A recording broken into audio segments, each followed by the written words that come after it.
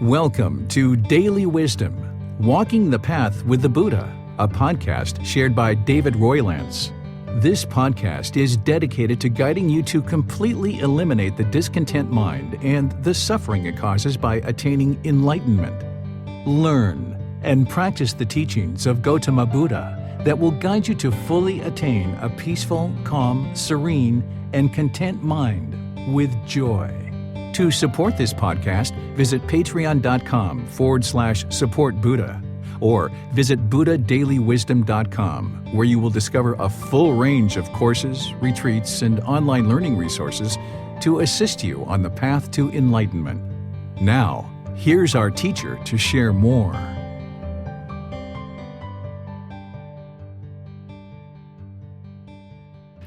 Sawadee Kap. Hello and welcome to Daily Wisdom, Walking the Path with the Buddha. Today we're going to be discussing meditation. Specifically, we're going to be exploring Chapter 11 in the book Developing a Life Practice, The Path That Leads to Nibbana. In Chapter 11, this chapter is titled Meditation, Developing Your Practice, and we dive into countless details about developing and establishing a meditation practice that is going to help benefit you through training the mind. There's 4 primary meditation techniques and types that we explore in this chapter.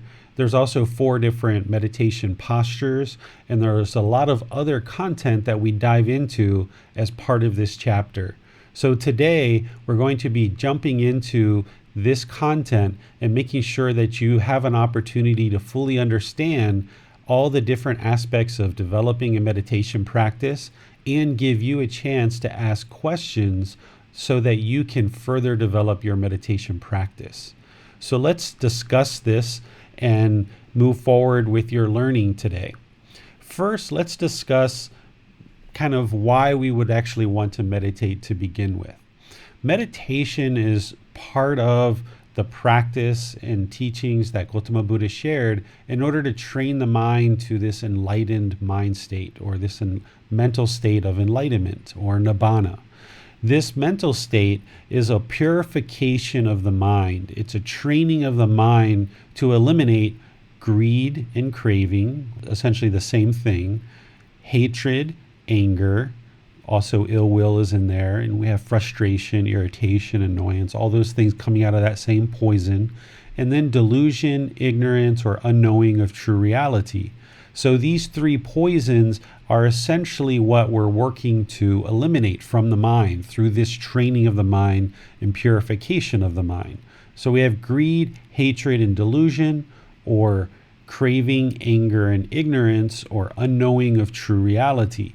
In these 3 poisons, there's specific antidotes that we practice in order to train the mind, purify the mind. Part of this training involves meditation.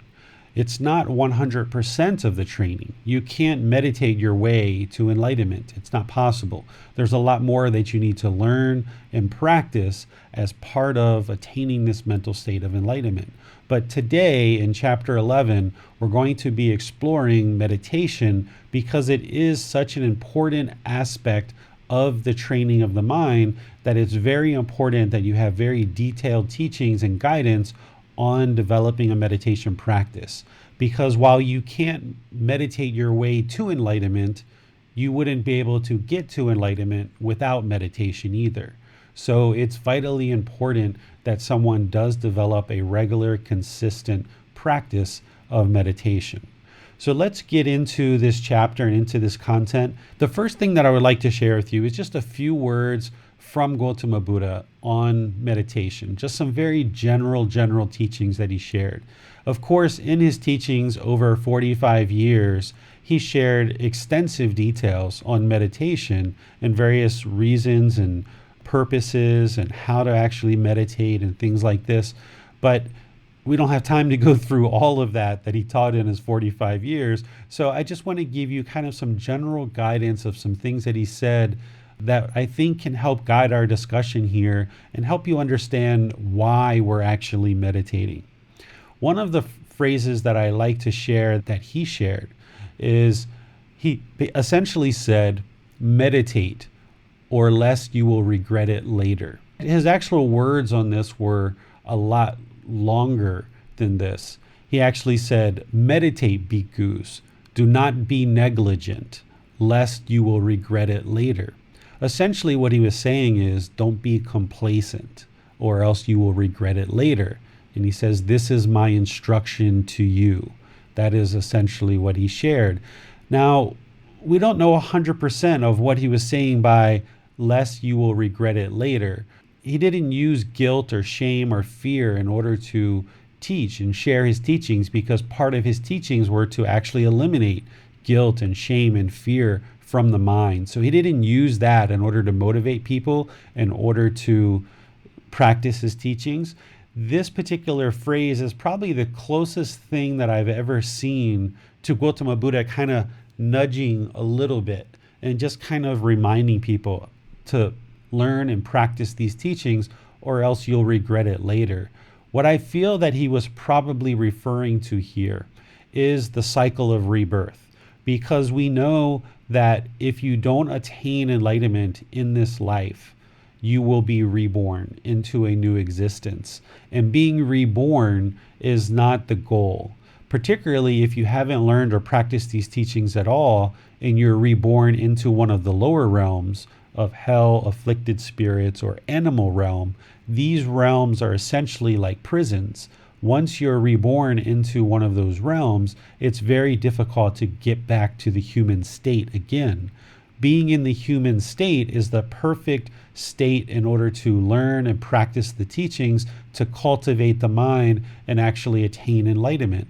So all of us have been previous beings in the past. Countless beings, and we would have been moving throughout these different realms at multiple times in previous lives, especially in the animal realm. You've probably been many different animals, but you just don't have memories of that at this particular time. But as you learn and practice these teachings, you may start to observe previous lives. There's certainly people who learn and practice these teachings who have observed previous lives.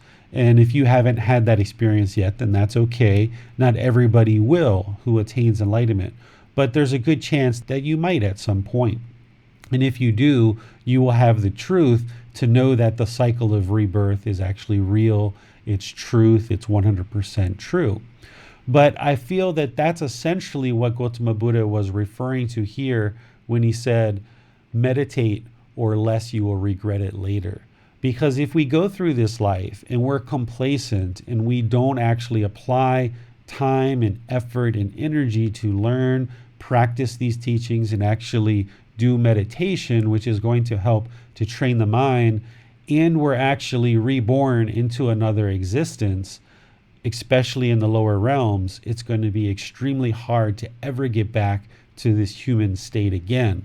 And even if we get reborn into this human state again, from there, we're essentially starting all over in the human realm. We have to learn how to walk again, how to talk again. We have to learn how to read and write. We have to learn so many different things. We have to go through aches and pains. Our teeth fall out as children. We fall, we break our arms, we break our legs. We experience all this bodily sickness and aging and death. We have all these different experiences of people around us dying. There's a certain amount of misery associated with this human state. Of course, there are certain pleasures and certain enjoyment in this human state as well. But in order to experience those, there's also a whole lot of sorrow and sadness and frustration and irritation that we experience in this human state as well. So by learning and practicing these teachings, we actually evolve the consciousness to be peaceful, calm, serene, and content with joy, which is the enlightened mind. And therefore, the more time and effort that we apply to learning and practicing these teachings, to include meditation, we will evolve our consciousness or awaken our consciousness to this peaceful, calm, serene, and content mind with joy. So by applying effort to meditate, we will be able to potentially attain that mental state. So that's essentially what I feel the Buddha is referring to here when he says, or less you will regret it later. So motivating, encouraging, and supporting, never using guilt or fear or shame in order to encourage people to actually learn and practice the teachings. So this is an important phrase or teaching that I feel that is important to understand Gotama Buddha's guidance here and why meditation is so important, because we're training the mind. And then the second quote that I like to share kind of at a very, very high level about what Gotama Buddha taught about meditation is he says, a pot without a stand is easy to tip over. Okay, a pot without a stand is easy to tip over. The pot is the mind, and the stand is the meditation practice. So essentially, if the mind doesn't have this stand, this solid stand of meditation practice, it's easy to tip over. It's easy to become discontent. It's easy to become angered, frustrated, irritated, annoyed, having boredom or loneliness or shyness or guilt or shame or fears, jealousy, all of these discontent feelings that the mind experiences. It's easy for those things to happen if we don't have this stand, this meditation practice. And the more that you learn about meditation, the more that you practice meditation, this stand becomes wider and wider and wider. So now if you're not meditating at all, of course, your mind is going to be easy to tip over. But if you've just started meditation, or you've only been at it for a few months or so, or you haven't really had any teaching and guidance on how to meditate, then your stand is fairly small. It's kind of like a narrow little rod. So it's still kind of easy to tip over this pot, this mind. So the idea is to learn meditation with the guidance of teachers, practice it more and more so that you make this stand wider and wider and wider. The foundation or the base of this stand becomes more and more stable, so the pot becomes more and more stable. One of the things that the Buddha talked about when he discussed an enlightened mind, or a mind that is liberated, he talked about it as an unshakable mind. Because once you learn the truth and you observe that independently, gaining this wisdom to liberate the mind becomes unshakable. Nobody and nothing can shake your mind. It doesn't matter what happens around you. It doesn't matter what other people say or what other people do. It doesn't matter what situation or what experience you find yourself in. The mind is unshakable. There is no discontentness no matter what. And the only way that you get there is through learning and practicing the teachings, which includes meditation.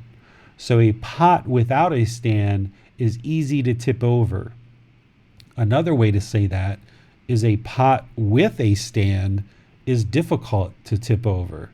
Or a mind with a really strong, stable stand, a really strong, stable meditation practice is difficult to tip over. So keep that in mind as we're talking today and as you're working to develop your meditation practice, that a mind with a solid, stable meditation practice is difficult to tip over. If you're finding yourself irritated or frustrated or angered or annoyed or lonely or bored or sad or jealous or any of these discontent emotions and feelings that the mind goes through, if you're experiencing those things, then realize that you have more work to do to further develop this meditation practice and further develop your understanding of the teachings so that you can attain an unshakable mind. That's the goal. This next content that I'd like to share with you is just kind of starting out with some meditation basics. Let's just discuss what is meditation. Let's start us off there. Okay, this is where the chapter starts. In chapter 11, I start off with just a description of what meditation is, because there's this word meditation has kind of come into our modern language, and a lot of times people use the word meditation in a lot of different ways. And it's important that we understand what is meditation before we actually dive into developing this meditation practice. Meditation is a dedicated, independent training session where you're actively training the mind. Okay? If we read exactly what I have here, I say meditation is a technique actively used to train the mind to eliminate or cultivate various qualities of mind during dedicated, independent, purposeful training sessions. Okay, so this is someone who's in one of the four postures that we're going to be discussing today, which is seated, lying, standing, and walking. There's four dedicated positions that somebody would employ in order to actively train the mind through a purposeful training session where we're training the mind to actually eliminate certain qualities from the mind or cultivate certain qualities in the mind. And we're going to discuss what that elimination of certain qualities and cultivation of various qualities is. We're going to discuss that today. But I want to make sure that we understand exactly what we're talking about here, because sometimes I see or hear or talk to people that say, I'm going to go for a jog and meditate, or I'm going to go garden and meditate, or I'm going to go walk the dog and meditate, or I'm going to go for a drive in the car and meditate. This isn't meditation. We can't ride a bike or jog or walk the dog or garden or drive and meditate at the same time. We're not actively training the mind during those periods of time. When we're driving, we're driving. When we're riding a bike, we're riding a bike. When we're gardening, we're gardening. When we're walking the dog, we're walking the dog. Now, while you're doing those things, it may be relaxing to the mind, and the mind might become more calm and more soothed because of that activity that you're doing. But that's not meditation. Or while you're doing those activities, you might have awareness of mind, and you might be aware of what's in the mind as you're doing these activities, because you're bringing your activity down to kind of more singular focused, where I'm just jogging, or I'm just riding a bike, or I'm just gardening, and the mind becomes single-mindedness. And we start having single-mindedness as part of these activities. Now that's beneficial. These activities are definitely beneficial for the mind and the body. Those are important things that we can be doing, but it's important to understand that those things by themselves aren't meditation. So if somebody is gardening and they think that they're meditating, then they may not develop an actual dedicated, independent, purposeful training practice where they're actually training the mind. And they need to do that. You can't do all these other activities and avoid this dedicated, independent, purposeful training sessions that I'm going to teach you today. So it's very important to develop this practice where you're training the mind through independent, dedicated, purposeful training sessions to eliminate certain qualities from the mind and cultivate certain qualities in the mind. And when you do that, what you're going to notice is your time gardening or jogging or walking the dog or talking with friends or having business meetings, those are going to be more beneficial for you because you are meditating and you have a regular practice of meditating and training the mind. All of these other activities are going to go much better for you because your mind is going to have more singleness of mind. You're going to have more concentration, more clarity of mind. That's one of the results, one of the benefits of meditating. So you're actually going to experience the benefits and reap the rewards of that meditation practice in these other activities. But these other activities by themselves are not meditation. So it's important to develop this dedicated, independent, purposeful training sessions where you're consistently meditating on a consistent daily basis. Okay? So this is meditation. Secondly, what's important is that you have a teacher to help you learn how to meditate and helps guide you in developing your practice. Only person that would be able to develop a meditation practice by themselves and actually attain results of an enlightened mind is a Buddha. The last known Buddha that existed in the world existed over 2,500 years ago. And the world is unaware of any other Buddha that has arisen since that time. So one of the things that makes a Buddha is that they don't have any teachers, they don't have any guides, they don't have anybody who is helping them on this path. And once they become awakened through their own understanding of the teachings and their own practice, then they're able to guide countless other beings through their teachings to attain the same mental state of enlightenment. So that's part of what makes a Buddha. There's other criteria as well that you can see in chapter 3. But essentially, a Buddha is going to be self-awakened. They're going to awaken their mind through their own teachings and their own practice. But everybody else needs teachers and guides to help you learn and guide you on this path. I've actually had some students that have come to me over the years that have tried to do meditation for themselves using YouTube videos or different resources that are out there. And unfortunately, some of them have had unfortunate results. Now, some people can do just fine for a while meditating on their own, and nothing adverse will happen. They'll just not be meditating as well as they could. They won't be making as much progress as they could. And they'll just kind of eventually reach out and find a teacher. And then they'll notice that their practice will really improve once they actually have a teacher who can help guide them and instruct them on meditation and how to improve their practice. But there's been a few occasions where a few students have reached out to me having attempted to learn meditation on their own, and they had adverse reactions. They've had hallucinations, they've had delusions, they've had repetitive thoughts, and now their mind is kind of like stuck in this repetitive cycle of just these constant thoughts over and over and over again, because in trying to learn how to meditate on their own, they might have done that for a year or two with various YouTube videos and different things. And as the mind slowly started to awaken on its own, they didn't have the guidance that they needed, and they didn't have the help. And now their mind is kind of stuck almost like on repeat. And they're just having constant thoughts, repetitive thoughts, like what we would probably call OCD, obsessive compulsive disorder. So it's important that everybody has teachers and guides to help them on this path.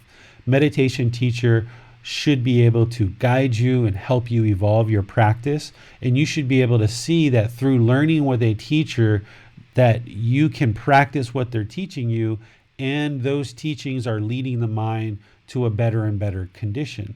If you're studying with a particular teacher and you're actively learning with them, you're implementing their teachings, and you're not seeing results, then that means you probably need to find another teacher and somebody who's able to work with you more closely.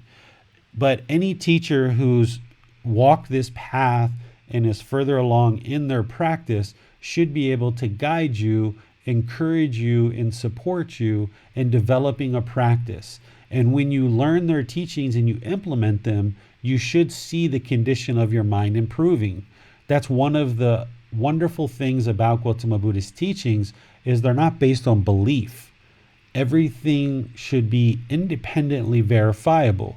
So when you learn from a teacher and you implement teachings, you should be able to see the condition of your mind improving more and more and more as you practice those teachings. If you're not seeing that, then and you're making a dedicated effort to actually learn, and you know that you're working with this teacher and they're working with you, and you're trying to resolve any kind of misunderstandings that you have, if you are continuing to do that and you're applying good effort and it's just not working, then that's when you may decide that you want to look for another teacher. But be sure that you put in the effort and the dedication to work with this teacher before you just step away, because it might be something that you're misunderstanding, or you may not be applying the teachings with enough effort and energy and time. So make sure you work with the person first, and make sure you let them know that you aren't seeing benefit in what you're actually practicing. And maybe it's something that you're misunderstanding. So always accept responsibility for yourself that something maybe is going on that you're not understanding. And if you accept the responsibility and then seek the guidance from the teacher and they're able to help clarify for you, then maybe you can make progress from there. But be sure you do all of that before you just step away. And if you do choose to step away from a teacher, make sure you do that with a very good discussion and that they understand why you're stepping away so that you can maintain good relationships with the people that are working with you and helping you. And I think that oftentimes we maybe misunderstand things, and by having an open discussion with a teacher, they may be able to help you to understand where you're misunderstanding things. But any teacher who's farther along on this path and is teaching meditation should be able to provide you teachings and guidance, and then when you practice that, you should be able to see the results for yourself.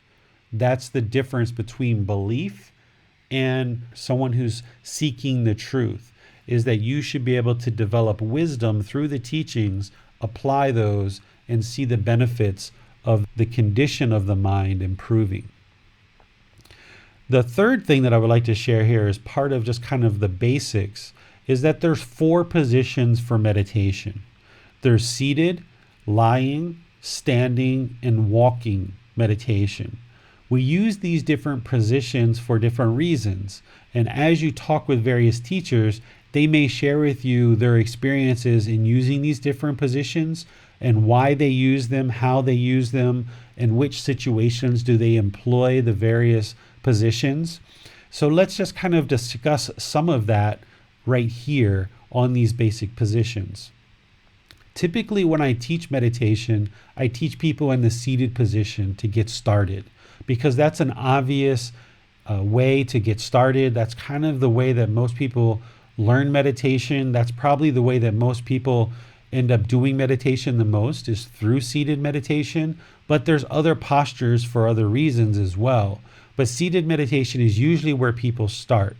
You can actually sit on the floor, cross-legged. You can put cushions under your rear to move your rear up and kind of have your legs on a downward angle to release the tension from your ankles and your knees and your hips. You can sit in a chair. There's lots of different sitting positions that you could employ. But what's important is that the lower body and the upper body and the hands and the arms are comfortable, that there's no pain in the body when you're actually meditating. There's no awards or certificates given for anybody who experiences pain during meditation and just kind of pushes through it. If you feel pain, that's the body's way of telling the mind something's wrong. There's pain in the knee. That's the body's way of telling the mind there's something wrong here. Please fix it. Or if you feel pain in the hip, that's the body's way of telling the mind there's something wrong here. Please fix it. So if you experience pain during meditation, change your position, talk with your teacher, find a comfortable position where the body can be nice and comfortable. And the upper body should be supported with its own muscles, because if you lean back in a chair or you lean back up against a wall or something like this while you're sitting and meditating on the floor, then the body becomes very luxurious, it becomes very comfortable, and the mind will have a tendency to turn off. It will become unattentive, unalert, and unaware.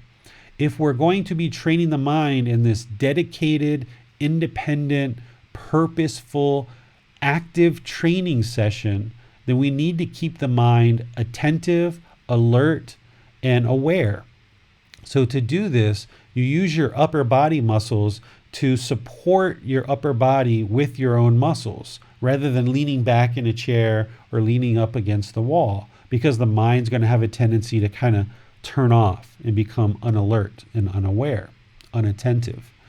So we want to maintain that alertness. We want to maintain that attentiveness and that awareness throughout the meditation so that we can actively train the mind to eliminate certain qualities or cultivate certain qualities in the mind.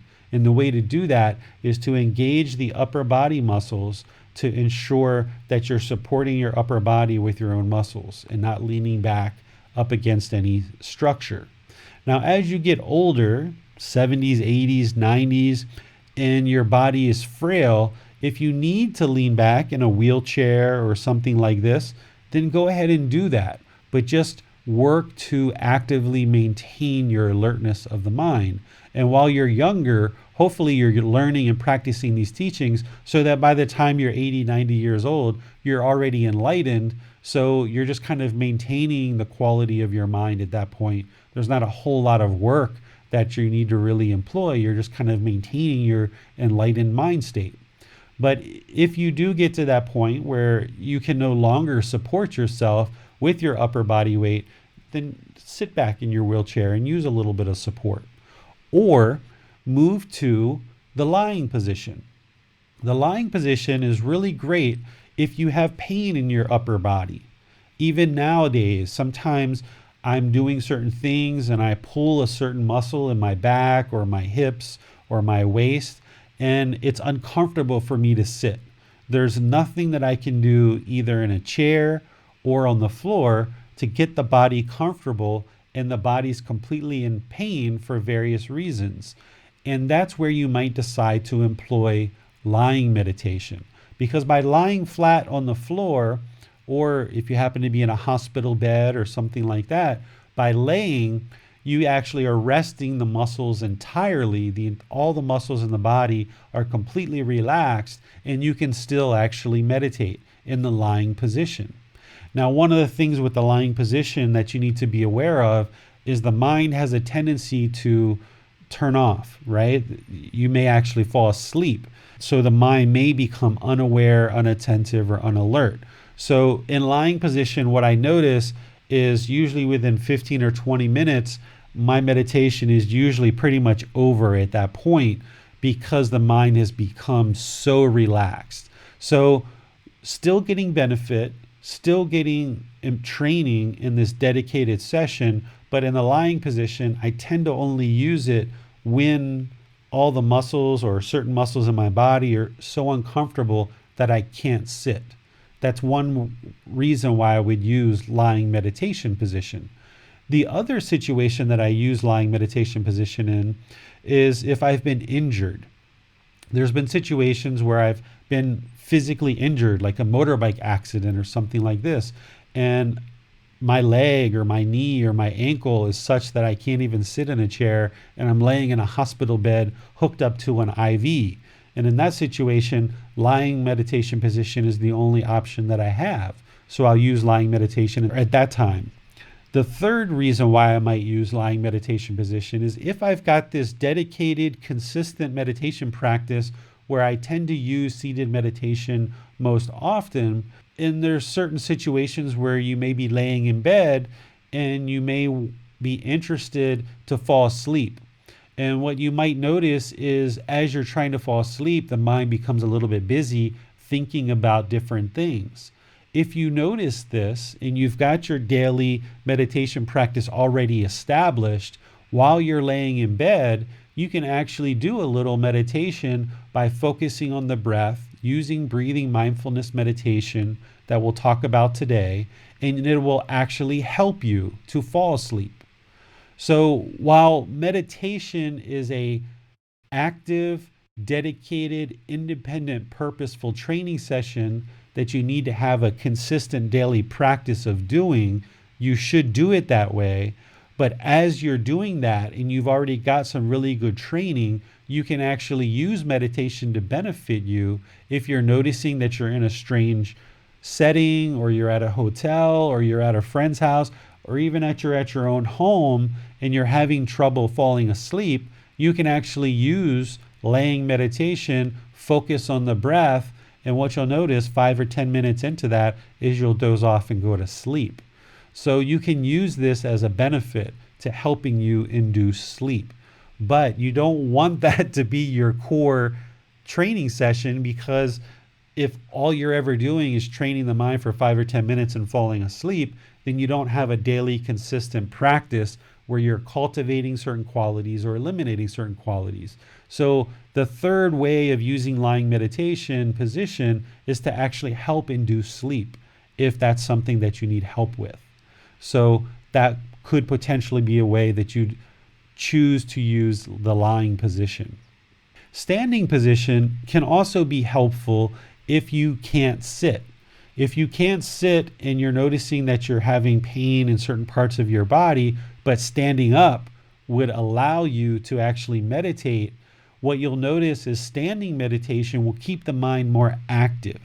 It will keep it more attentive, more alert than something like lying meditation. So if I am interested in maintaining the alertness and attentiveness, then maybe I'll do a standing meditation rather than a lying meditation if I can't do seated.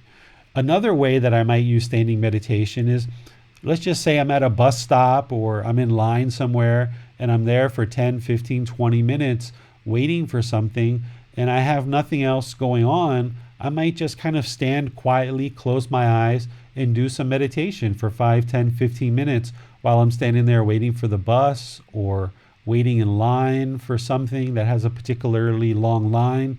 It's a good way to use your time wisely and actually get some meditation going in a certain environment that you may otherwise not be meditating in. Because it's one thing to actually train the mind in a quiet home or at a temple or something like that, but to train the mind in an environment that's not standard for you, like at a bus stop or standing in line somewhere, there's a lot of benefit there because there's various sounds, various smells, various lighting. You can't control any of that stuff. Where when you're at home meditating, you can pretty much control and manage your entire environment and give the mind exactly what it needs and exactly what it wants. But if you can use standing meditation in certain environments where you don't have control over the sounds, over the smells, over the lighting, things like this, then you can actually work to train the mind to focus on the breath, attain this single-mindedness while you're actually standing in an environment that is not normal for you. So that's one way that you might choose to use standing meditation.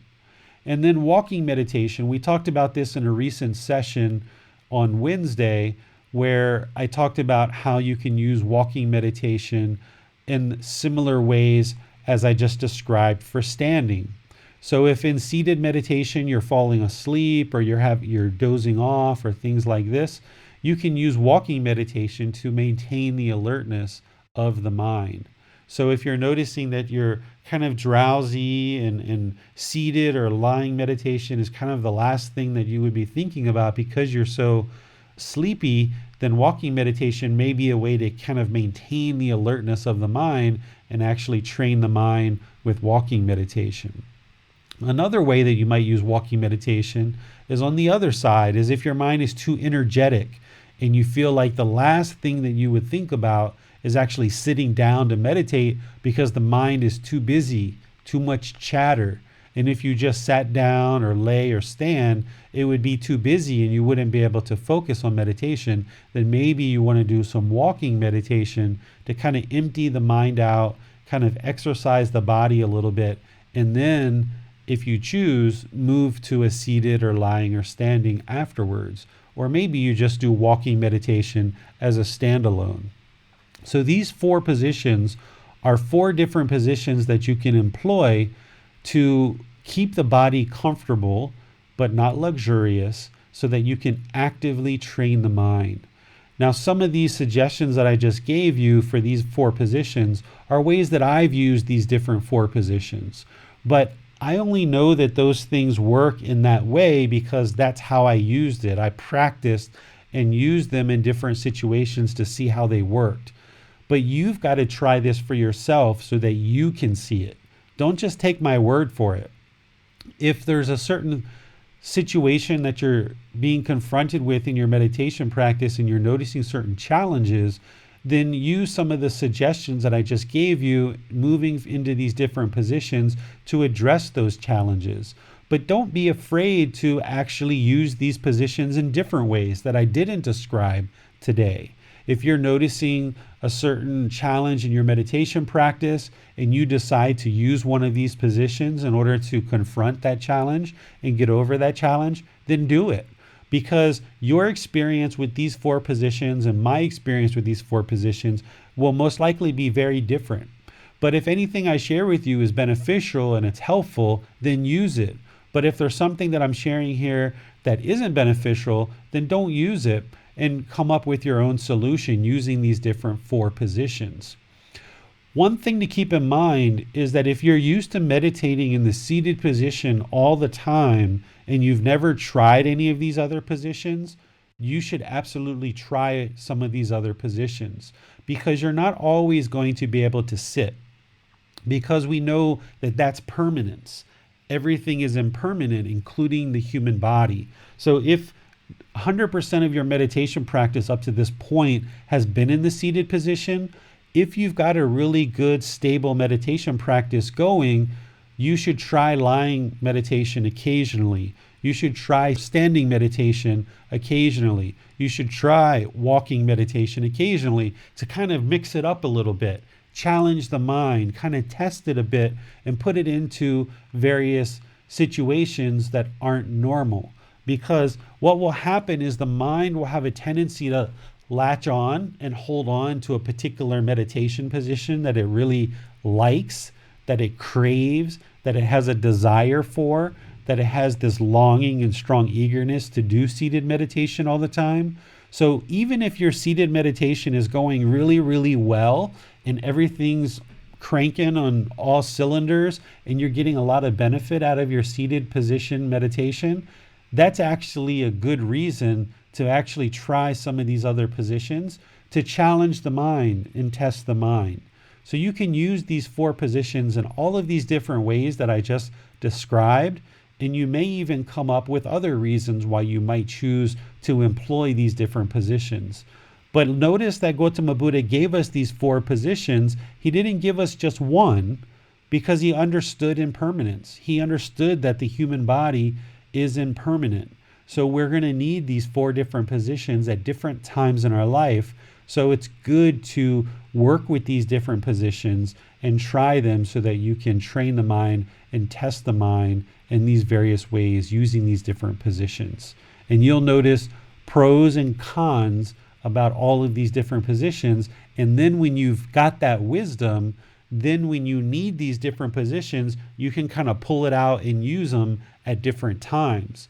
But if you never try and if you never experience these different positions, then you wouldn't know when to use them or how to use them. So mix it up a bit and try these different positions at different times so that you'll have that experience and you'll have that wisdom. Max, do we have any questions?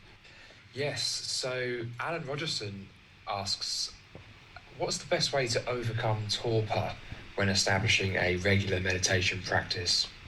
Okay, so torpor is like sluggish mind. The Buddha gave us guidance about a sluggish mind. He also gave us guidance about an energetic mind when the mind's too excited. You'll see this in chapter 3 of the book that I shared when I talk about the 7 factors of enlightenment.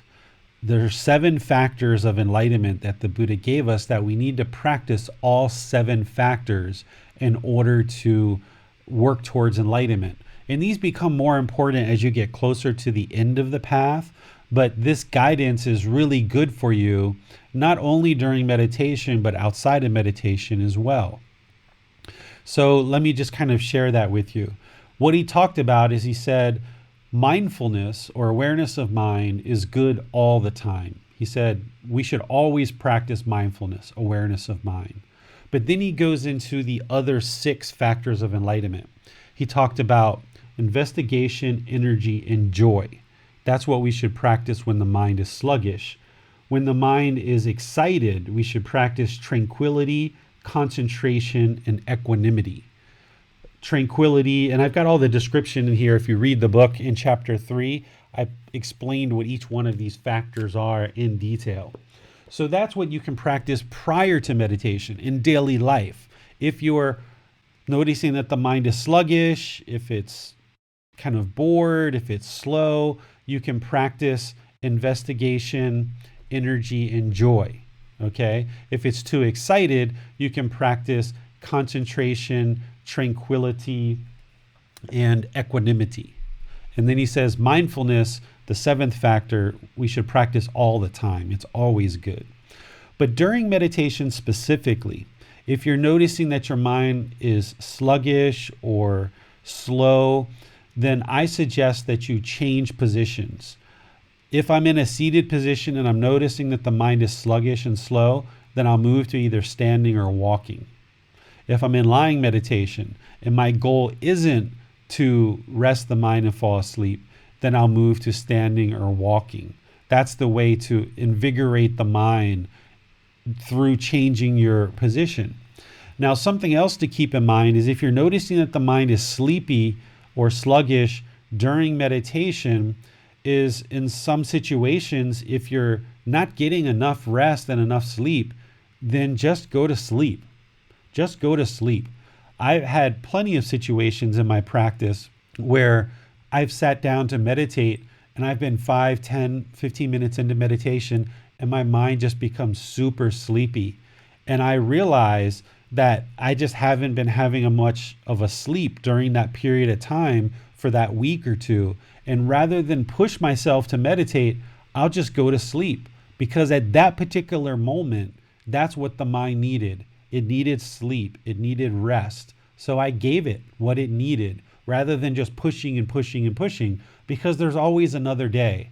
There's always another day to meditate. This is a lifelong practice. So what's important is that you practice these 7 factors of enlightenment so that you maintain an active mind, an alert mind, an aware mind. Make sure that you're getting lots of rest and that you are resting for however many hours of sleep you need, whether that's 6 or 8 or more hours.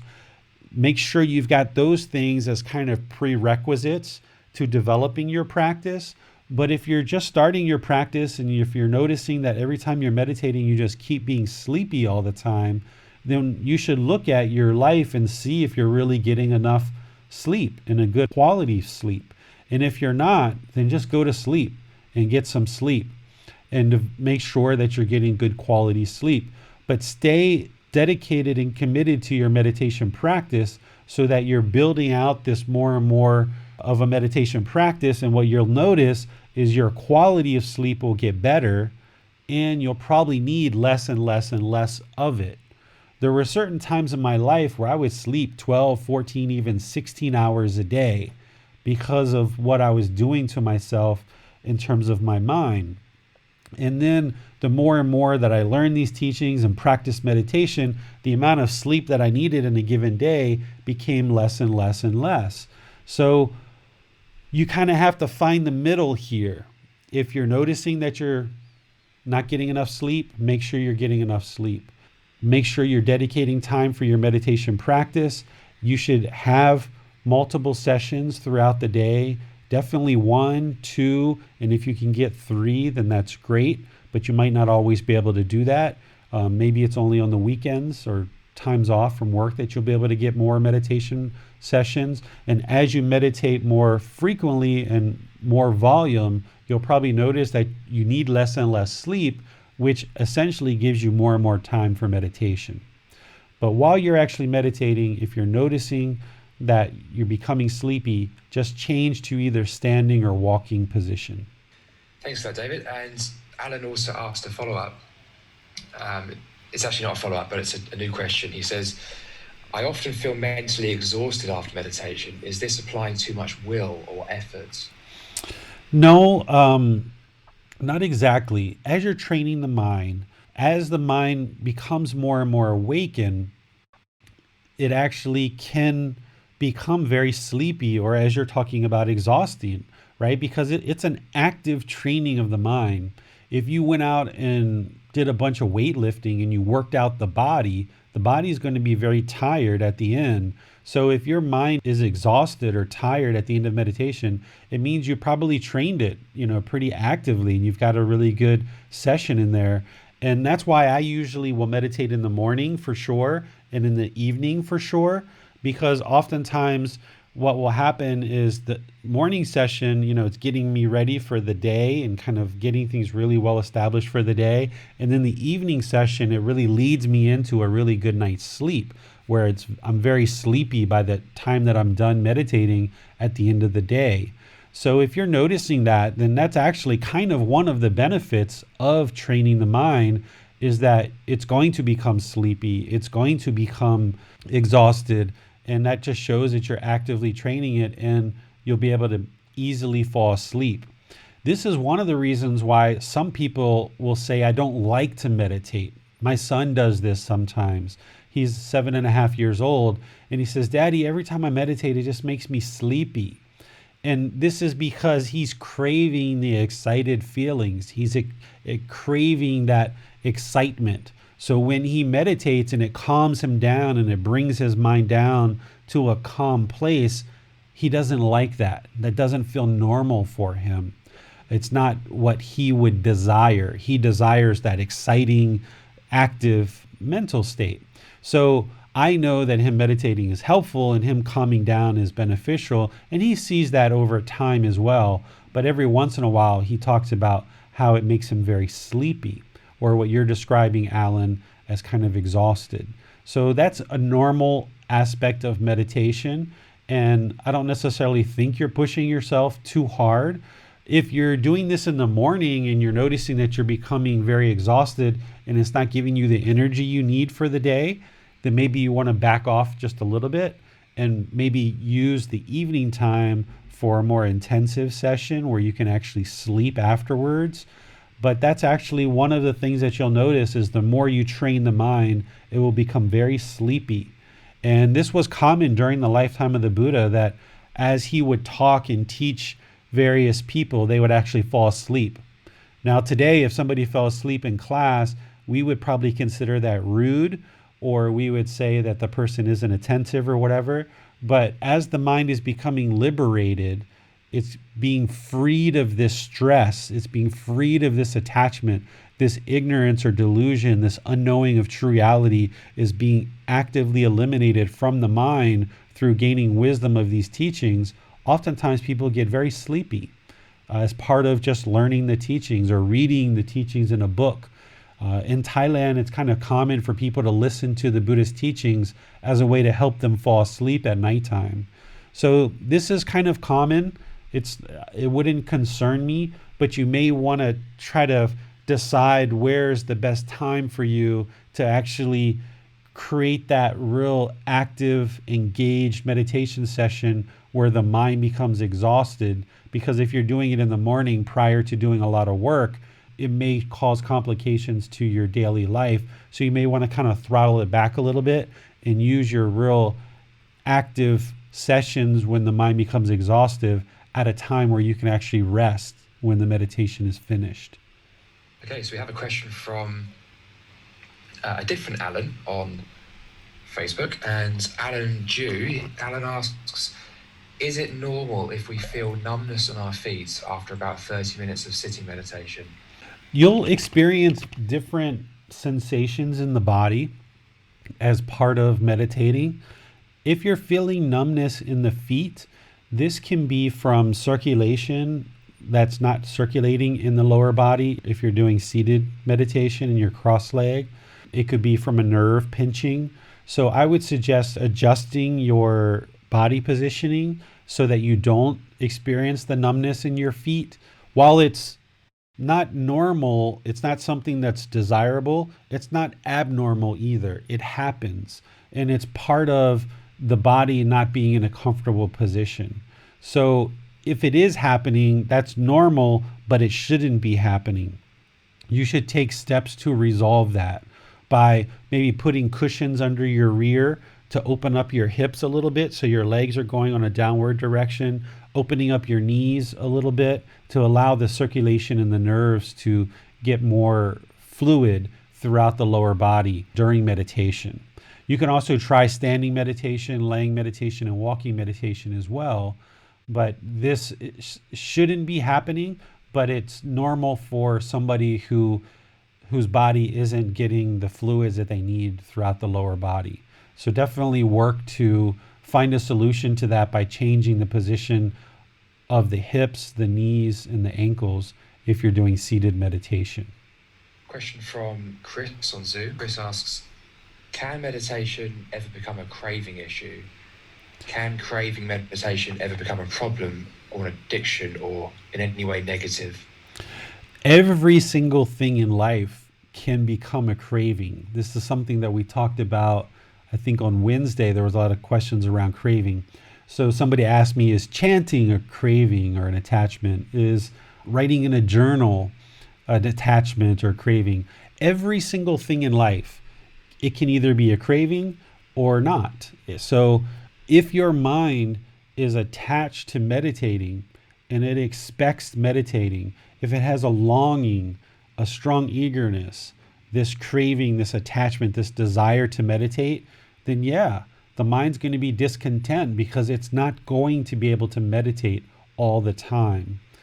Everything in life can potentially be a craving or a desire or an attachment. It's how the mind relates to it. Let me give you an example. I have meditated for many, many years, and last year I got into a motorbike accident in June. And when I got into a motorbike accident, I had cracked a rib and a couple of other problems in my body. And while I was making attempts to meditate, I really couldn't, especially for the first week and a half, because just breathing into my lungs, even just a little bit, it was painful to my ribs. If I was attached, if I was craving, if I had a desire for meditation, then during that time, my mind would have been discontent. It would have been frustrated. It would have been irritated that I couldn't meditate. But during that time, I recognized that I had had this accident, the body's impermanent, and I can't meditate every single day of my life. Even if that's the goal that I set for myself, it's not going to be possible. So during that week and a half, I just recognized that my body was healing. I focused on eating good food, drinking good food, resting, recovering, doing what I needed to do to recover the body. And after about a week and a half, I started slowly being able to get into meditation again.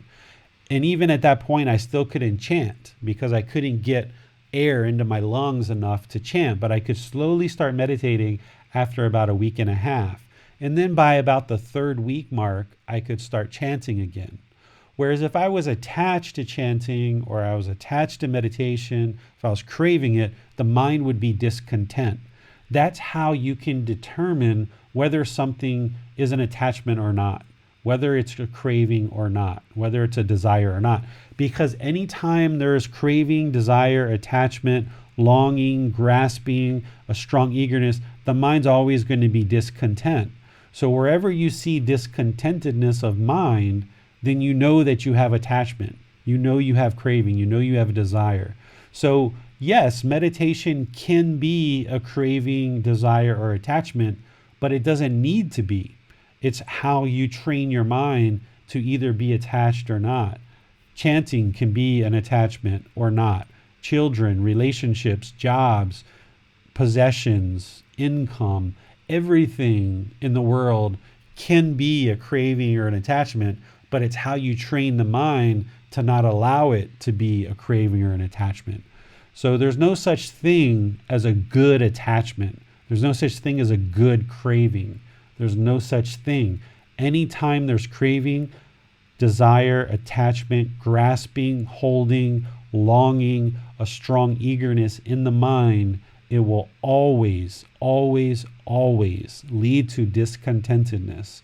So that's why in order to attain enlightenment, you need to eliminate 100% of all craving, desire, attachment, longing, grasping, strong eagerness in the mind. So Mertzer on Facebook asks, is there any correlation between our diet and the quality of our meditation? To some degree, yes, because if the body has ingested too much food and it's working too hard, it's going to be challenged to meditate. This is one of the reasons why Gotama Buddha suggested and taught to only have one meal per day. And some people think that the food during his time was probably more nutritious, and people could get away with one meal a day, but there's actually practitioners who do eat just one meal a day. A lot of people will eat 2 meals a day nowadays that are practicing these teachings. And what you'll notice is that when the mind becomes more and more enlightened, it's working more optimally. So you actually need less food, just like you need less sleep. So the quantity of food has a direct impact of whether you can actually meditate well and get a lot of benefit out of meditation, and when you choose to actually eat. So you shouldn't meditate on a full stomach. You should meditate kind of on a somewhat empty stomach. You're going to get more benefit that way. And then the types of food that you choose, of course, if you're eating nutritious food, healthy food, you're putting water and fruit juices and wholesome vegetables and wholesome food into your body, then your body is going to be more comfortable. So therefore, you're going to be able to access the mind and train the mind more readily. So in terms of food and intake, you want to look at the quality that you're putting in. Make sure you have good quality food that's going in to maintain the healthy body. And you want to also look at the time and the quantity of food that you're eating. So make sure you're eating after meditation, or you've had time to actually digest before you actually attempt to meditate. Because if you're trying to train the mind actively with an independent session of meditation, and your body's trying to digest at the same time, you're kind of struggling for the same resources here. So don't eat too much, let your body digest, and then meditate when your body has already digested the food, and then put good quality food into your body. A question from Amina on Facebook. Amina asks, in the book, we learn to not control the breath. We should settle in and observe or follow the breath, its pace and its depth, and its flowing naturally. Is there a parallel that we can draw from the teachings that just as we should not try to force the breath in meditation, we should not try to force factors outside of ourselves in our daily lives, and therefore learn to be complete in each moment? Perfect, Amina. Yes, you're thinking about that exactly the right way. Is just like you shouldn't try to force or control your breath, you shouldn't try to force or control anything in life, because you can't. You can't control anything other than training your own mind and controlling your own mind. That's the only thing that you can control. And you can't force that either. So we shouldn't force our children. We shouldn't force or try to control our partners. We shouldn't try to force or control our business relationships, our personal relationships, anything in life. If we're trying to force or control it, then it's going to result in something unwholesome. And if we're trying to force something or we're trying to control it, that kind of shows that there's attachment right there, because attachment is this mental longing with a strong eagerness. If I have a strong eagerness for something, I'm going to try to force it. I'm going to try to control it. But if I don't have this longing and this strong eagerness, I just have an interest. I have a goal. I have an objective. And I'm slowly, gradually working to attain that in daily life, then I'm not going to try to force it or control it. Because if anyone's ever tried to force you or control you, you know the first thing you do is dig your heels in and you resist it.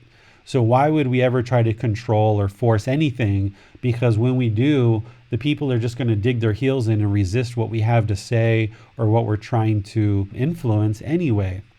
So that's perfect that you're seeing that parallel, Amina. Just like we shouldn't control or force our breath, we shouldn't try to force or control anything in life, anything at all, because you'll have better results that way. Yeah, really valuable stuff.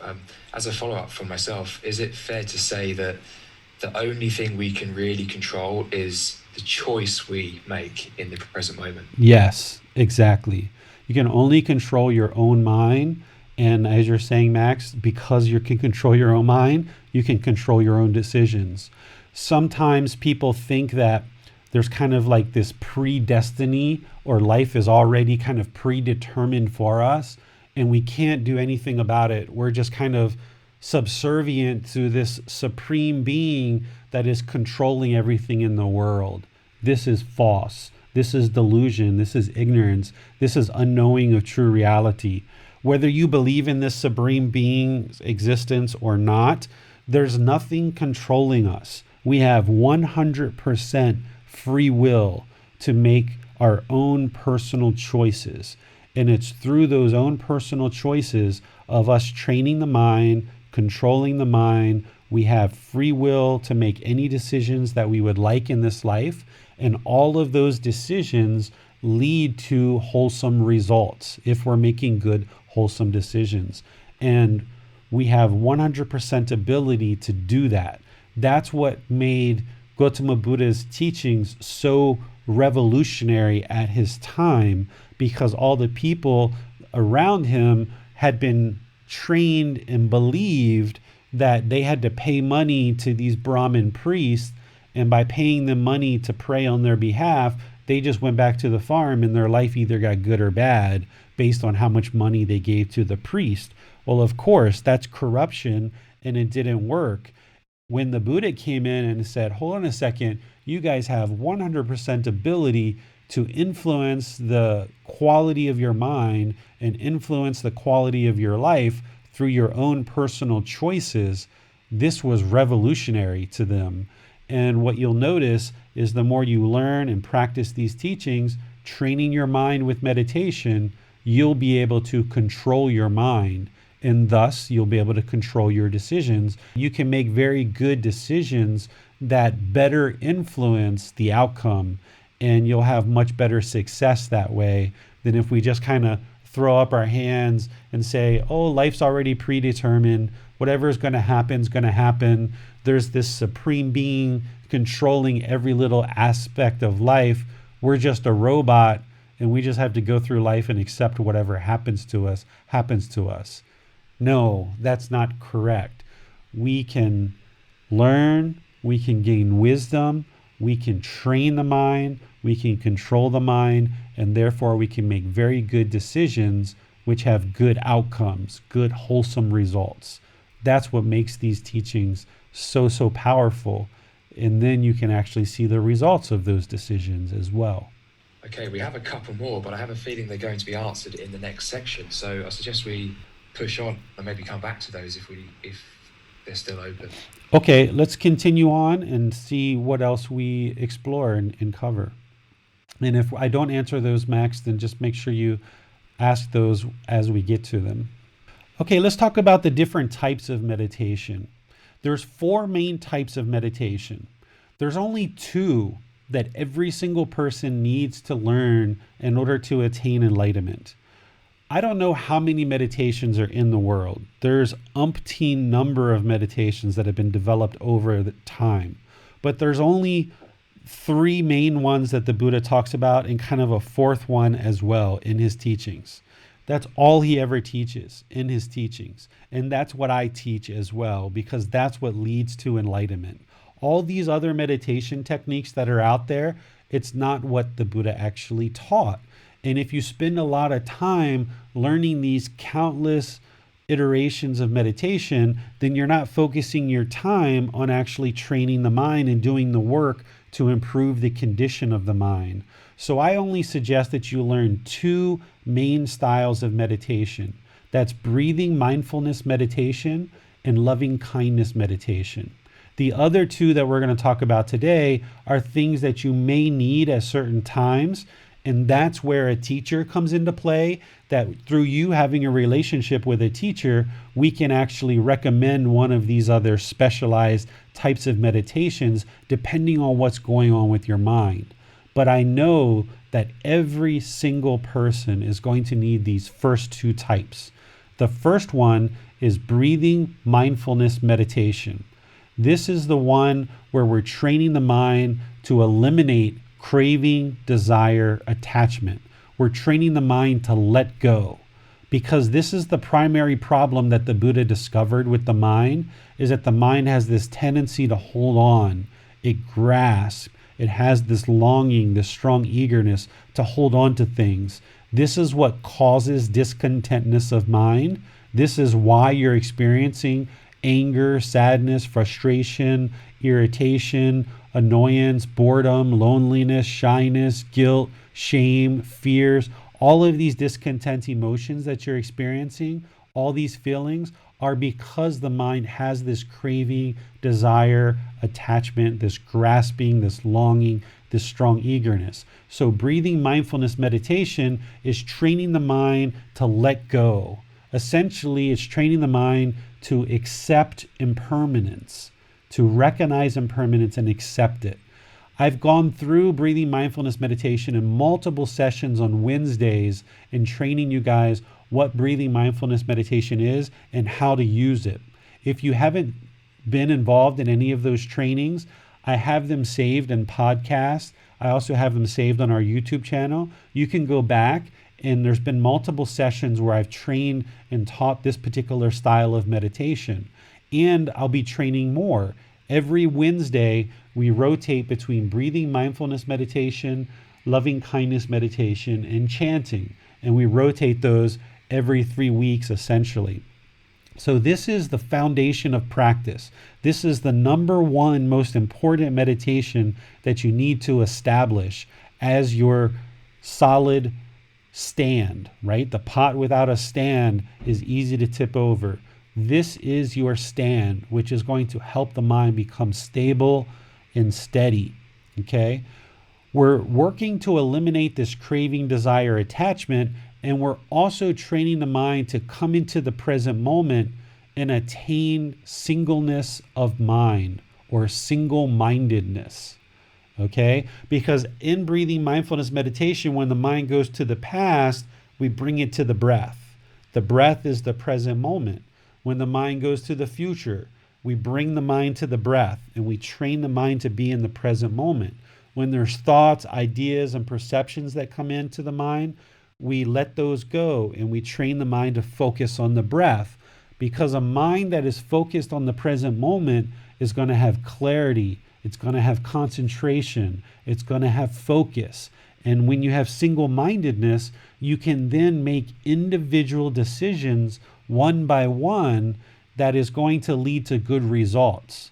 Because if you've got this wisdom of the Eightfold Path and all the rest of the Buddhist teachings, and you've developed single-mindedness, then you're making really good, wholesome decisions one by one by one. But if your mind's cluttered and it's got this monkey mind that just keeps bouncing around and jumping around all the time, it's got all this erroneous information, and you're trying to make all these decisions, and you're thinking about the past, you're thinking about the future, you're not quite sure what to do, the mind's kind of scrambled and cluttered, you're not going to make good decisions. It's understandable that you've made bad decisions in your life that have led to bad outcomes. That's understandable because you haven't had good training of the mind. But if you use breathing mindfulness meditation to eliminate this craving, this grasping, this longing, this strong eagerness, and you ease that away, and you develop this single-mindedness where the mind's in the present moment, now you can just make one decision after the next in the present moment that leads to good, wholesome results. So this is the foundation of your meditation practice. Breathing mindfulness meditation, training the mind to let go or cut off the thoughts and bringing the mind to the breath. So we're not going to get into the details of how to perform this one today, because we've done that in previous talks that you can reference through our podcast and YouTube videos. The second style of meditation that everybody needs is loving kindness meditation. This meditation is training the mind to eliminate hatred, anger, ill will, frustration, irritation, annoyance, all of those negative emotions by cultivating loving kindness for all beings. What loving kindness is active goodwill without judgment. By training the mind in this way to cultivate this active goodwill towards all beings without judgment, we're eliminating, slowly reducing, but ultimately eliminating this poison of hatred, anger, or ill will. Because remember, when I started off the talk, I described the three poisons: craving, anger, and ignorance, or greed, hatred, and delusion, or unknowing of true reality. So those three poisons, these two meditations are addressing the first two, the craving and anger, or the greed and hatred. It's the same thing. Those two poisons are being addressed with these meditations and some other practices as well. And then the third one is through the wisdom, through learning Gotama Buddha's teachings and having wisdom.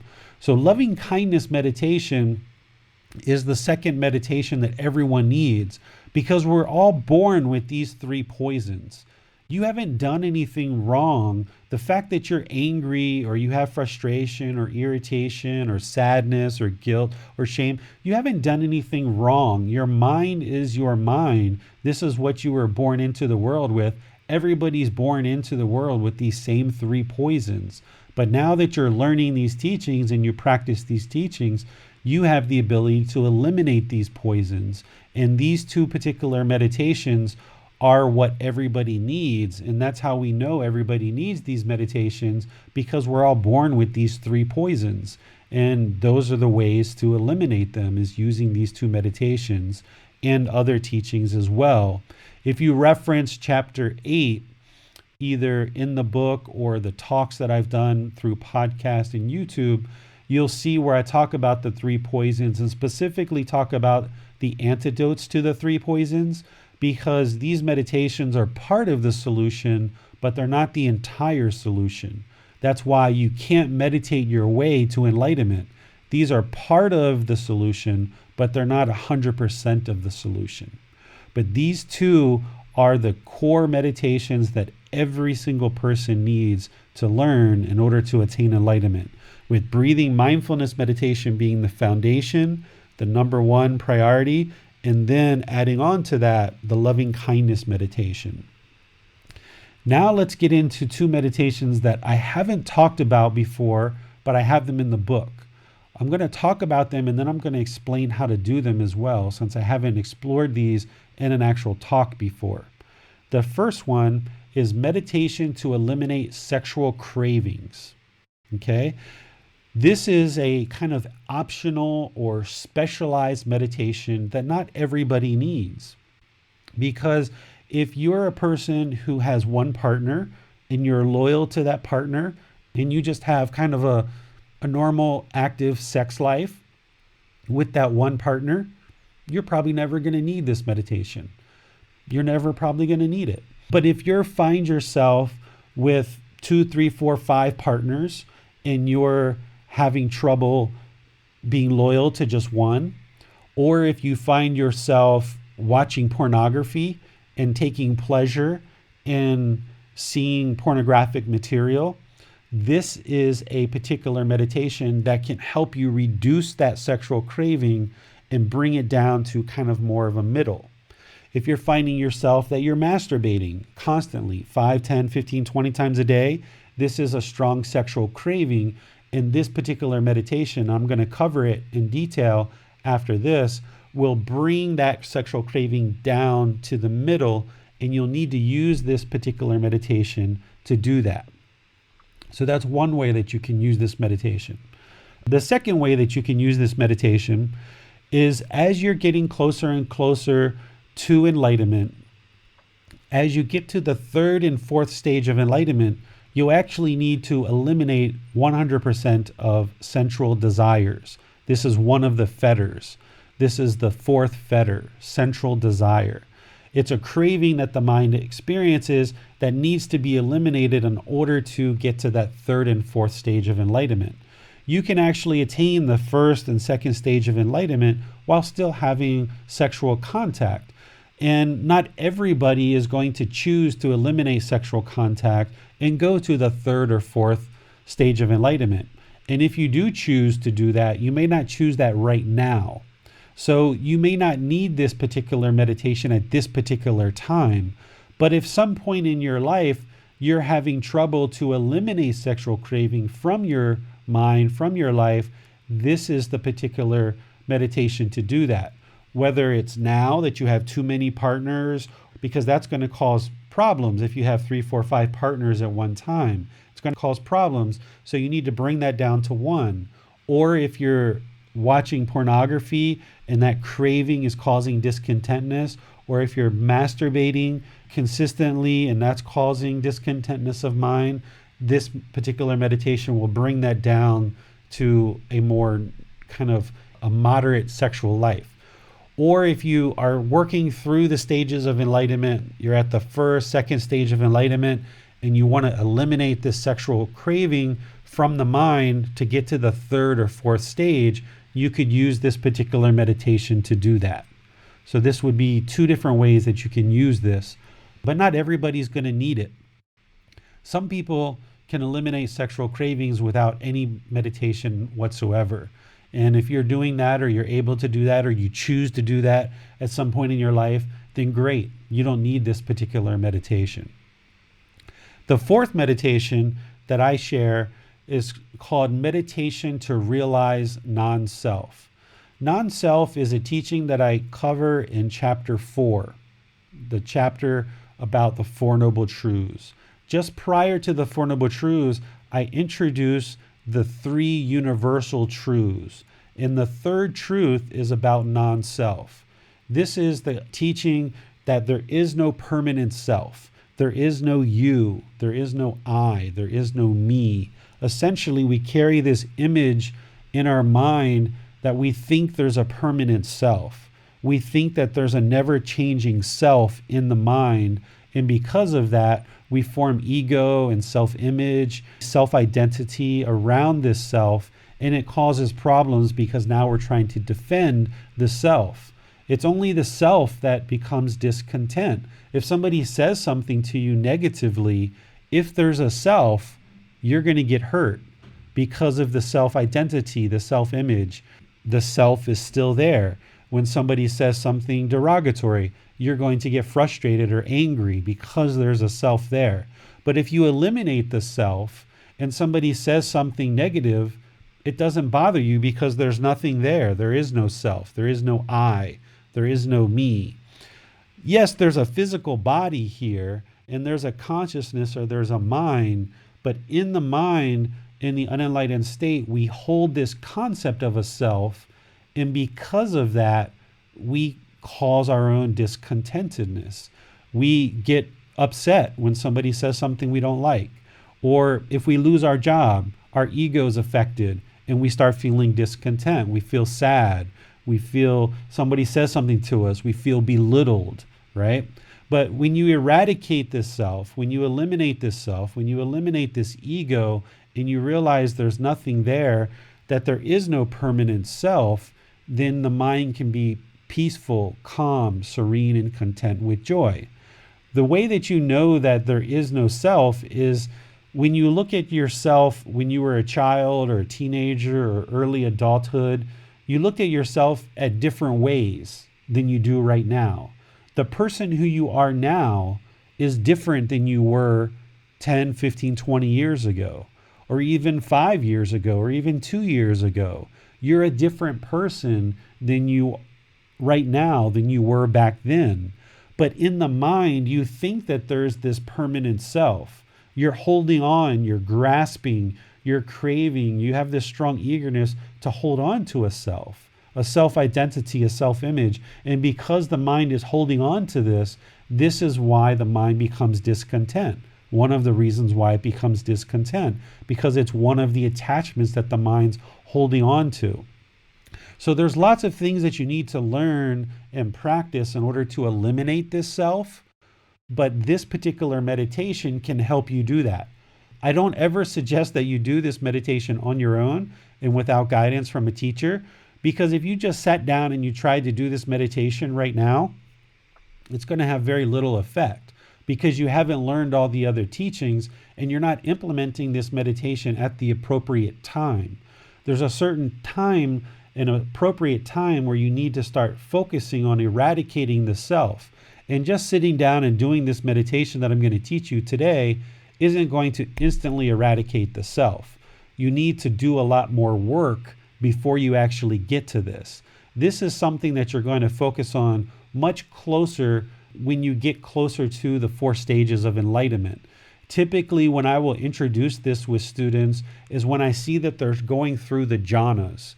There's something called 4 jhanas or 4 meditative states that one will go through prior to the 4 stages of enlightenment. And when you start reaching these 4 jhanas, then I know that now's the time to introduce this particular meditation to you. So if you learn what I teach you today about this meditation to realize non-self, and you just try to do it, it's not going to have any effect because it's not the right time to do it. This is why you need teacher and guides to help you and walk along the path so that you're implementing the right tools at the right time. It's just like building a house. You're building this unshakable mind. You need to use the right tools at the right time. When it's time to build a house, you don't put the shingles on, you don't put the roof on right away. First, you have to level out the ground, you have to survey the ground, you have to dig holes, you have to put footings in, you have to lay the foundation, you have to build up the house piece by piece by piece, and then at the end, you put the roof on, right? So that's what this is that you have to do it at the right time. So I'm going to introduce it to you and share it with you today, but I don't suggest anybody actually go out and actually start doing this until you are at the right point in your practice that it's actually going to benefit you. Right now, it's probably not going to benefit you to do this unless you're further along in the jhanas and you're ready to actually start implementing this meditation to further help you realize non-self. And even before you get to this meditation of non-self, there's things that you need to learn that lead into this practice of realizing non-self through meditation. So I would never just have you start doing this right off. You need to learn a bunch of other things before you even get to this point where you can actually start meditating to realize non-self. Any questions on any of this? So we have a question from Japjit Singh, and he asks, he's experiencing a sensation on the nose of his bridge between his eyes. Is this normal whilst meditating? He says it feels like some kind of weight on his nose bridge. It's like something is opening. Yeah, this is common. It happens. You're going to experience all kinds of different sensations in the body. What this one could be, I'd have to talk to you more, but what it could be is your third eye opening up. And your third eye is kind of an inward looking eye that kind of looks more inwardly at the mind. It could be that, or it could just be some sensation in the body. What you're going to notice is the more that you meditate and the mind awakens more and more, things are going to start shifting around in the mind. There's going to be various sensations in the body.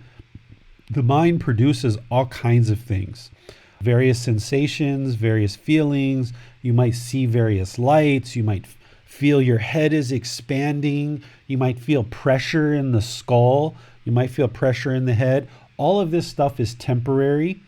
And there's never a thing where it's like, okay, this happened, so that means this, or that happened, so it means this.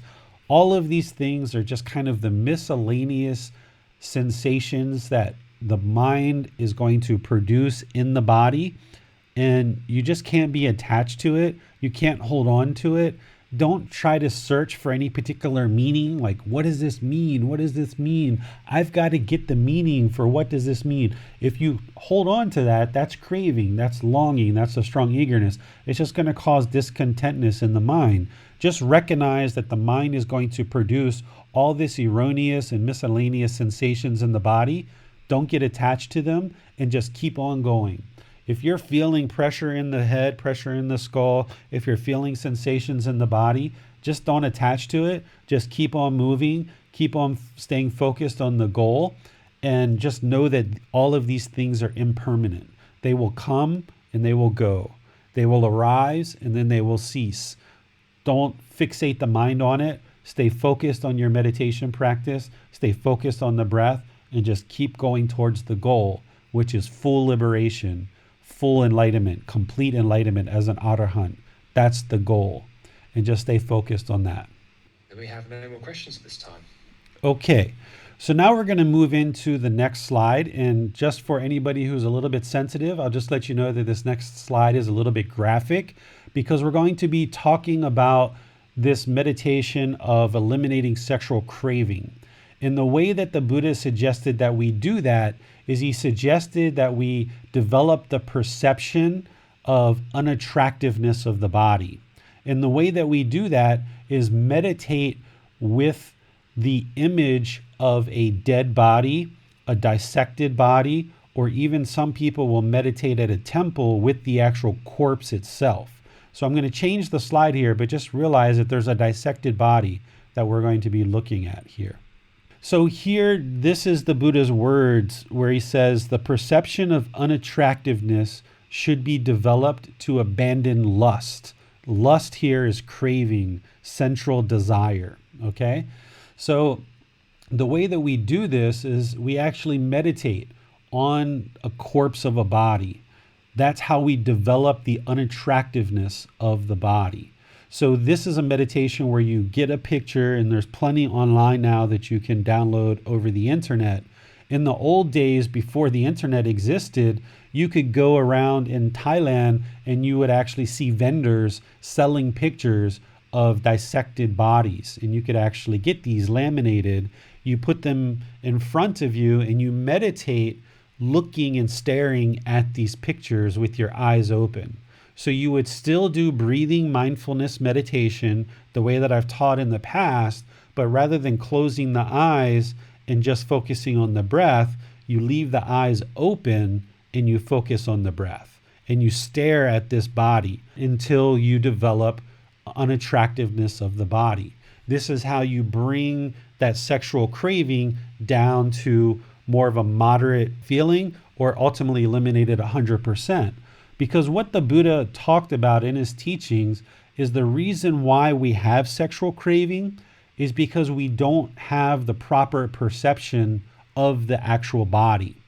What we see when we see a body is we see the beautiful hair, we see the beautiful skin, we see the facial structure. Someone might wear perfume, they might have clothing on. Some people, males and females, wear different earrings, different makeup. We do all these things to the body in order for it to appear beautiful and attractive. And we do that to attract a mate, right? We clean our body, we clean our eyes, we clip our fingernails, we do all of these different things. Lots of time to maintain the body's attractiveness.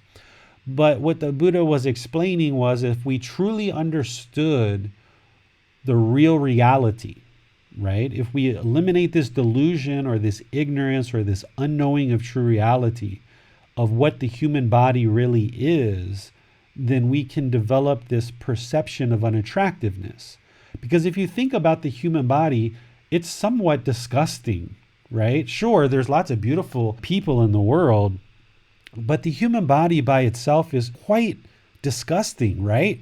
We urinate, we defecate, we have pus, we have sweat, we have all this stuff coming out of our nose, mucus, we cough up stuff. There's a certain amount of disgustingness about the body. Now, sure, we train our mind to look at the attractive side, and that's why someone who's trained their mind to look at the attractiveness of the body, their mind is going to pull stronger and stronger and stronger in that direction and have strong sexual cravings. Well, the way to bring that to the middle or ultimately eliminate it is to train the mind on the true reality of the body, awakening the mind to the true reality. And the true reality is the body is actually quite disgusting. If we cut open the body, or if somebody was possible to rip off their skin and they walked over to you and tried to hug you, you might actually run if you were scared, right? Because you're not used to seeing muscle tissue and organs and fluid and bone structure and all of this stuff that's part of the human body, the nerves, the blood, all of this stuff. Some people, when they see blood, they faint, right? Because they're not used to seeing it. So the way to train the mind to eliminate this attractiveness, this sexual craving, is to develop the perception of unattractiveness. And by meditating, looking at a corpse in a picture, it's a way to do that. And it takes many, many sessions to be able to train the mind in that way. And here in Thailand, they actually cremate bodies, and they will leave bodies in a temple for about 3 days before they actually cremate it. So there's some people who will actually meditate in the presence of an actual corpse, because they can look at the actual corpse and develop an attractiveness, but then in certain situations, there may even be a certain odor or smell associated with that, which helps to bring the sensual desire down even further. So this isn't a meditation that everybody needs to run out and go do. This isn't even a meditation that everybody needs to do. This is just one of those specialized meditations that if you're having challenges with sexual craving, this is one that you could employ. And the way you would do it is exactly like breathing mindfulness meditation, except you would open your eyes and you would stare at this image and develop unattractiveness of the body to abandon this sexual craving. So the next meditation, and the last one that you would ever really potentially need, and not everybody needs this meditation, but it's there that I work with students, and I put it in the book so that as I'm working with students and I say, okay, you're ready for this, then they have the reference in the book to actually look at. Once I see that a student's working through the jhanas and it's time for them to develop non-self, there's a lot of other teachings that I will share with them in order to help them start learning about non-self. But at a certain time, it's going to potentially make sense that they start meditating to realize non-self. And the way that I suggest that you do that is use these affirmations. There's 5 affirmations.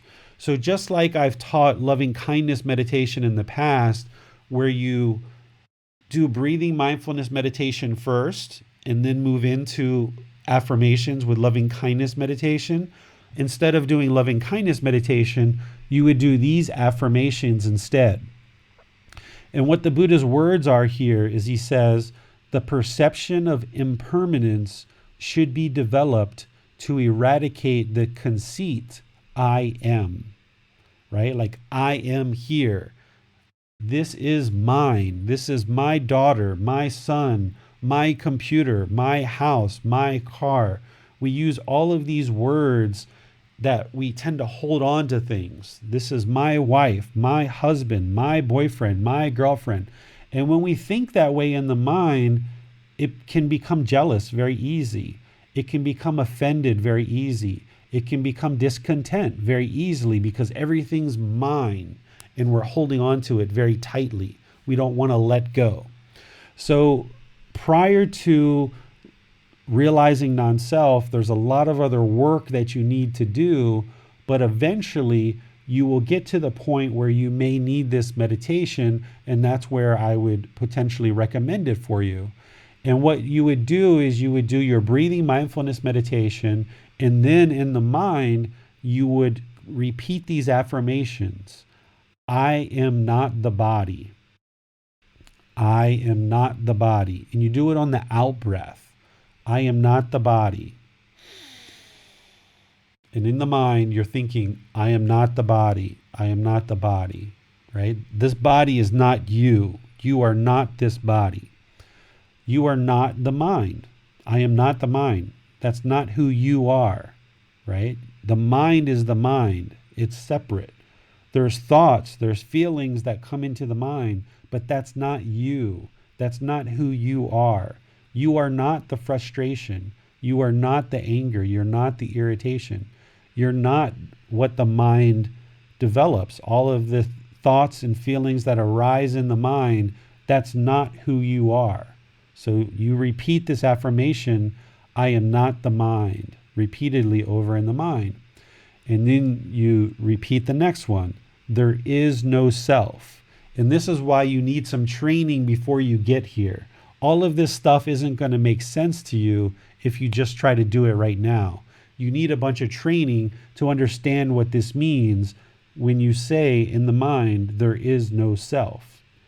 And then I do not exist. You need to understand what that means. Right now, you're probably thinking, what? I exist? I'm like right here. Like, what do you mean I don't exist? But if you've done all the prior training that I would give you prior to this, you would understand what it means when you say, I do not exist. And then you sum this up with, I am not the body, I am not the mind, there is no self, I do not exist. And by repeating this over and over and over and over and over again in meditation, over multiple sessions, and having had the prior training, you start to eradicate this concept of a permanent self in the mind. And through that previous training in this meditation, you start to slowly, gradually realize non-self. In order to get to the very first stage of enlightenment, you will have had to eliminate 3 of the fetters. The first fetter is what we call personal existence view, eradicating the self. That's the first fetter. So even to get to the very first stage of enlightenment, you will have had to eradicate the self and realize non-self. But you have a lot of other work before you get there, right? You have to understand the 3 universal truths, the 4 noble truths. You have to learn and practice the Eightfold Path, the 5 precepts, the 3 poisons. You need to develop a breathing mindfulness meditation practice, a loving kindness meditation practice. You need to work on a lot of other things before you actually get to this. So this is kind of like a more advanced meditation practice that you're only going to do with the encouragement, support, and guidance of a teacher. So there's no need for you to run off and go do this right now because you're not going to get any benefit from it. Okay, so this is how we would use this meditation, and it's going to slowly start to erode this concept that you're holding in the mind that there's somehow a permanent self here. There is no permanent self. It's just a physical body and a mind or consciousness that have come together for this existence. There is no you. You can't point to you. You can point to the shirt, you can point to the skin, you can point to the bones, you can point to the organs, but there is no you in there, right? If you want to learn more about non-self, look in chapter 4. I cover it there. And if you have questions about it, post those into the Facebook group or reach out to me privately and we can discuss non-self more, because this is important for you to even get to the first stage of enlightenment. You're going to need to eradicate the self. Any questions on this one? Alan Rogerson asks, how do we know if we are entering a jhana state? I usually don't tell people how you know, because I'm not interested in you knowing, because the way that I know that you're entering into jhana is based on certain things that you say and certain things that you talk about with your meditation. I can tell when you're in a jhana. But if I tell you that now, it kind of pre-programs you and makes you aware of what that is, and then you maybe long for it or grasp for it. So I rather not tell you how to identify when you're in a jhana, and I would rather you share with me what's going on in your meditation practice and what you're experiencing, and from that description I will be able to know if you're in one of the jhanas or not. So it's better that way. If I tell it to you, then you'll probably long and crave, or maybe even use language that makes you think that you're in a jhana.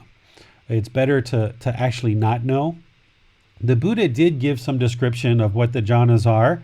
If you look in chapter 4, I provided that information, or actually not chapter 4, in chapter 5 on the Eightfold Path, I put in there the Buddha's words of his descriptions of the jhanas, but I prefer not to share what those are, because I rather the students just tell me what they're experiencing in meditation.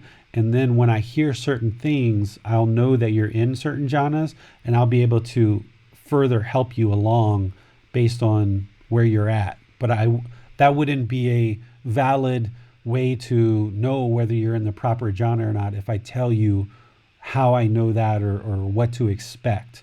So it's better to just continue to focus on the 10 fetters, eliminating the 10 fetters, and continue to work on developing your meditation practice, and then be in touch with a teacher and share what your experiences are, so that I can continue to help you to progress in your practice. Is jhana something that can only happen during a dedicated meditation, or is it also something that can happen as we go about our daily life? You notice it during meditation mostly. That's when you notice it. It's a meditative state, but if you've attained one of those jhanas, one of the 4 jhanas, you will notice the benefits in your life. So it becomes most noticeable during meditation, but there's certain qualities of the jhanas that show up in daily life as well. So if your mind has attained one of the four jhanas, while you're meditating, there's certain things that I'll say, okay, tell me what your meditation is like. Tell me what you're experiencing. And then based on your description, I will know what jhana you're in, if you're in a jhana. And then also there's certain things outside of meditation that you will experience as well as part of being in these jhanas. And it's all based on the quality of the mind and what's going on with the mind. So if I've attained a certain jhana, say I'm in the third jhana, I will experience that in meditation, but I'm also in that jhana at other times as well. Like, so when I'm not in meditation, I'm still experiencing the results or benefits of that jhana outside of meditation. Got it. And is that something that tends to have a kind of half-life, so it will hang around for a bit and then fade? Or is it, because it's not permanent, of course, but is it something that, like, once that's attained, then the capacity for it to come back is then always there? The jhanas are definitely temporary. They're not permanent. They're impermanent. They're not meant to be permanent. You're going to be interested to move through those jhanas. In terms of coming back, if you're in a particular jhana, you're going to experience the benefits of that jhana, and it's somewhat unstable. You know, once you attain the various stages of enlightenment, especially the last stage, the mind is firmly rooted in that last stage of enlightenment. And that's, the Buddha talked about an unshakable mind. He talked about it as a unshakable liberation of the mind, that final stage of enlightenment. But these other stages of enlightenment and these four stages of jhanas, they're somewhat shaky. And that's why I don't even suggest for people to try to figure out what jhana you're in. Sometimes people sit around and they work so hard to try to figure out what jhana they're in and what jhana they're going to and how to get from one jhana to the next. And they spend all this time around the jhanas. But to me, that's wasted time, because the real goal is to get to the final liberation, final knowledge, arahant, enlightenment at the last stage. Everybody should be focusing their mind there on eliminating the 10 fetters. So if we spend a lot of time trying to understand what these jhanas are, trying to figure out which jhana we're in, try to figure out which jhana we're moving to, that's just taking you away from the ultimate goal, which is enlightenment, and focusing on the 10 fetters. So while there's definitely knowledge around these four jhanas, and it's important to know about them, as you get closer and as you're getting into these jhanas, I will teach them to you. But prior to you getting there, it doesn't even make sense to really talk about them much. And then even when you're in one of these jhanas, it's not like, all right, hooray, you've met this jhana, let's give you a certificate. No, it's like, okay, well, you're in jhana 2, okay, keep on going. You know, it's like no big deal. It's like, all right, you're moving along.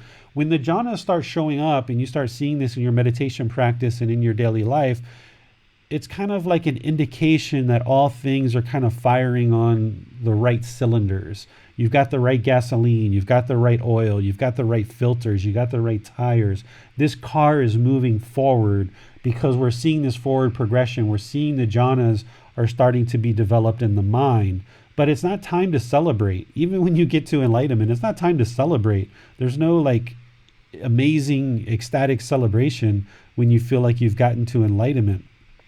Getting to these jhanas are essentially an indication to you and to your teacher that things are headed in the right direction, and keep working. You still got a lot of work to do.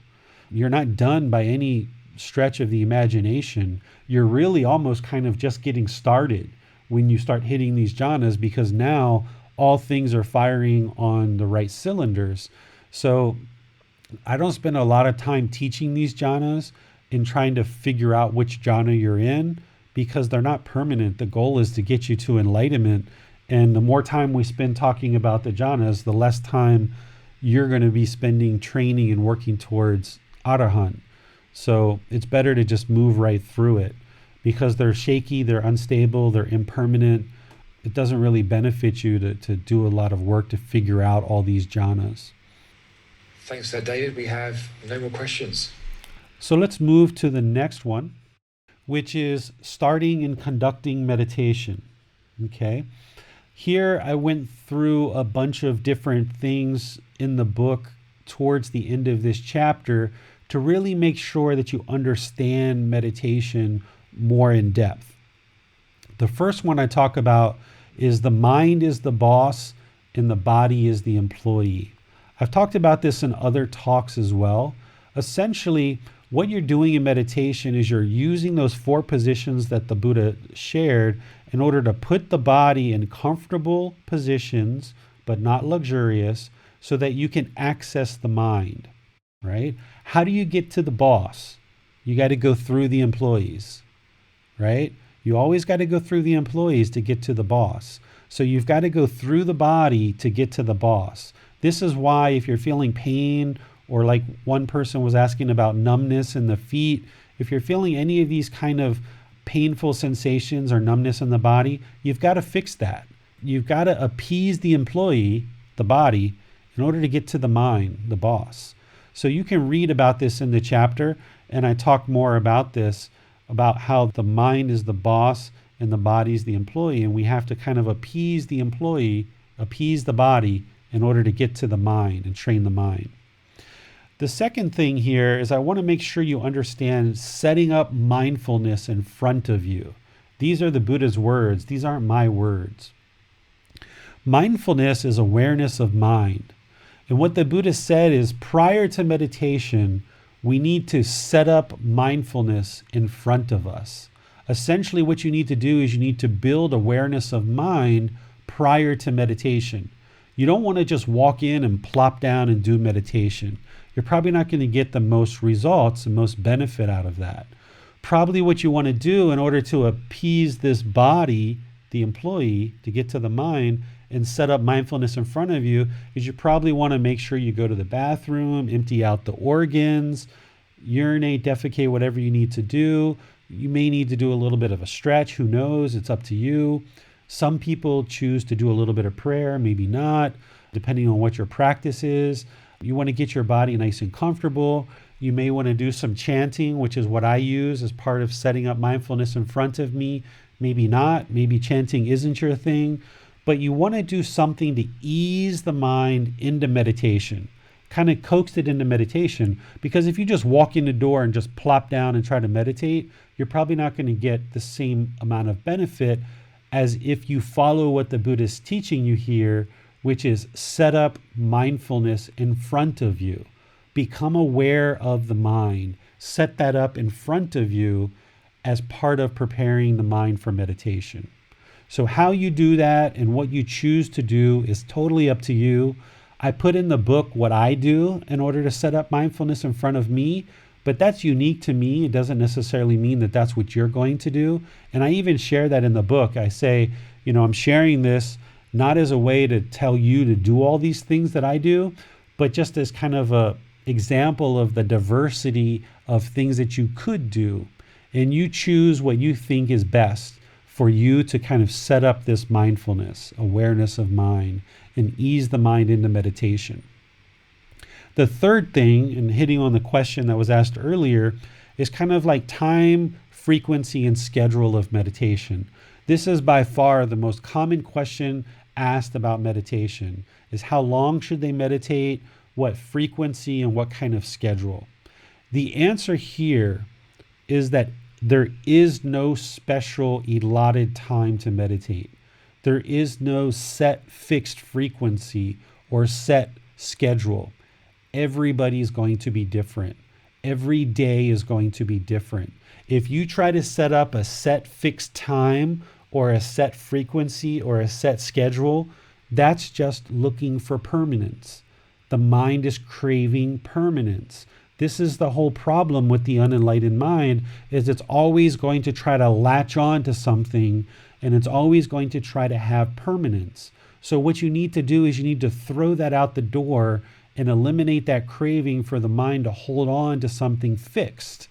So even down to meditation, it's going to try to say, okay, 30 minutes twice a day, 20 minutes 3 times a day, whatever that is. If somebody's giving you that kind of detail, that's just an attachment. It's impossible for you to set up a time, frequency, and schedule and do that permanently for the rest of your life. It's not possible. You're never going to meditate for the exact amount of time every day. You're never going to meditate the same frequency every day. And you're never going to meditate the same schedule every day because it's impermanent. So why even try to set this up in the mind? It's just going to cause discontentness. I don't even suggest you time your meditation. Sit down in meditation, lie, stand, walk, and just meditate. Whenever you feel like you're done, you're done. If that's 5 minutes, 20 minutes, 30 minutes, 1 hour, 3 hours, whatever that is, it is. You're going to need to meditate a whole lot in order to get to enlightenment. And if you try to set up 5 minutes 3 times a day, 30 minutes 2 times a day, whatever it is, that's just kind of erroneous, grasping, clinging, craving, attachment. Just know that meditation is like filling up a bucket of water. You're going to have to put a lot of scoops of water into this bucket to fill it up. And if you can put 1 scoop in, put in 1 scoop. In one particular session, if you can put in 3 or 4 scoops, put in 3 or 4 scoops. Just do your meditation.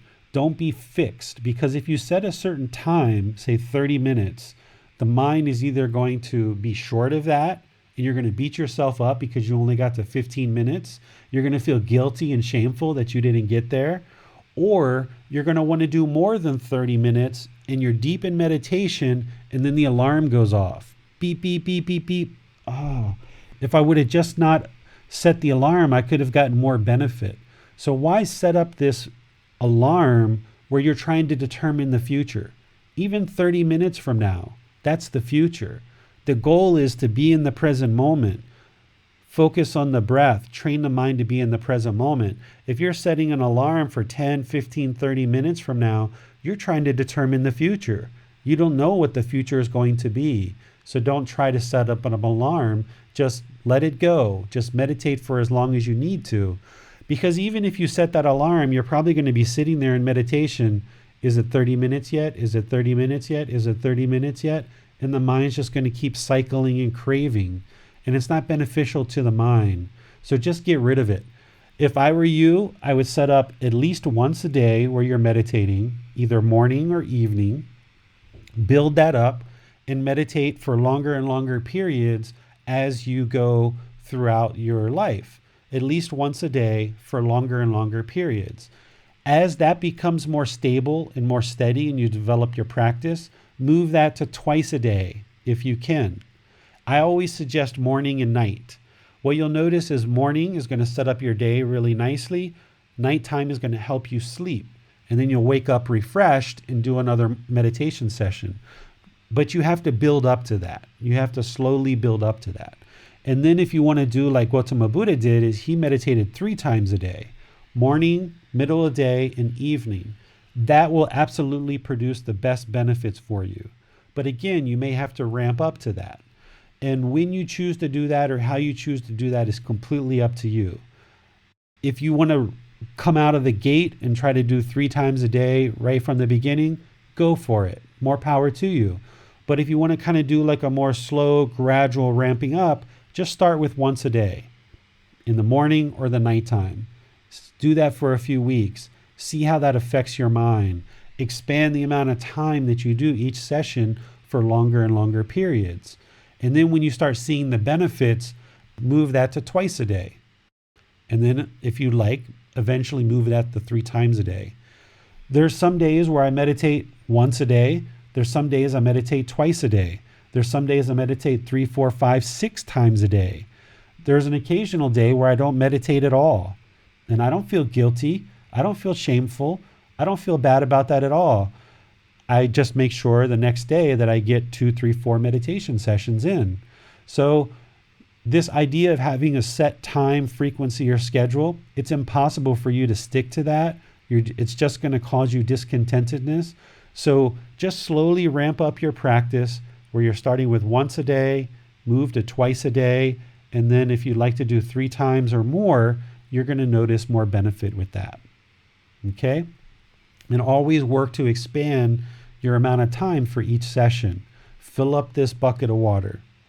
I've actually done meditation sometimes for 1, 2, 3 minutes. I've started meditating, got into a meditation session, 1, 2, 3 minutes, and then my son walks in and says, "Dad, I need to go over here. Can you take me over here?"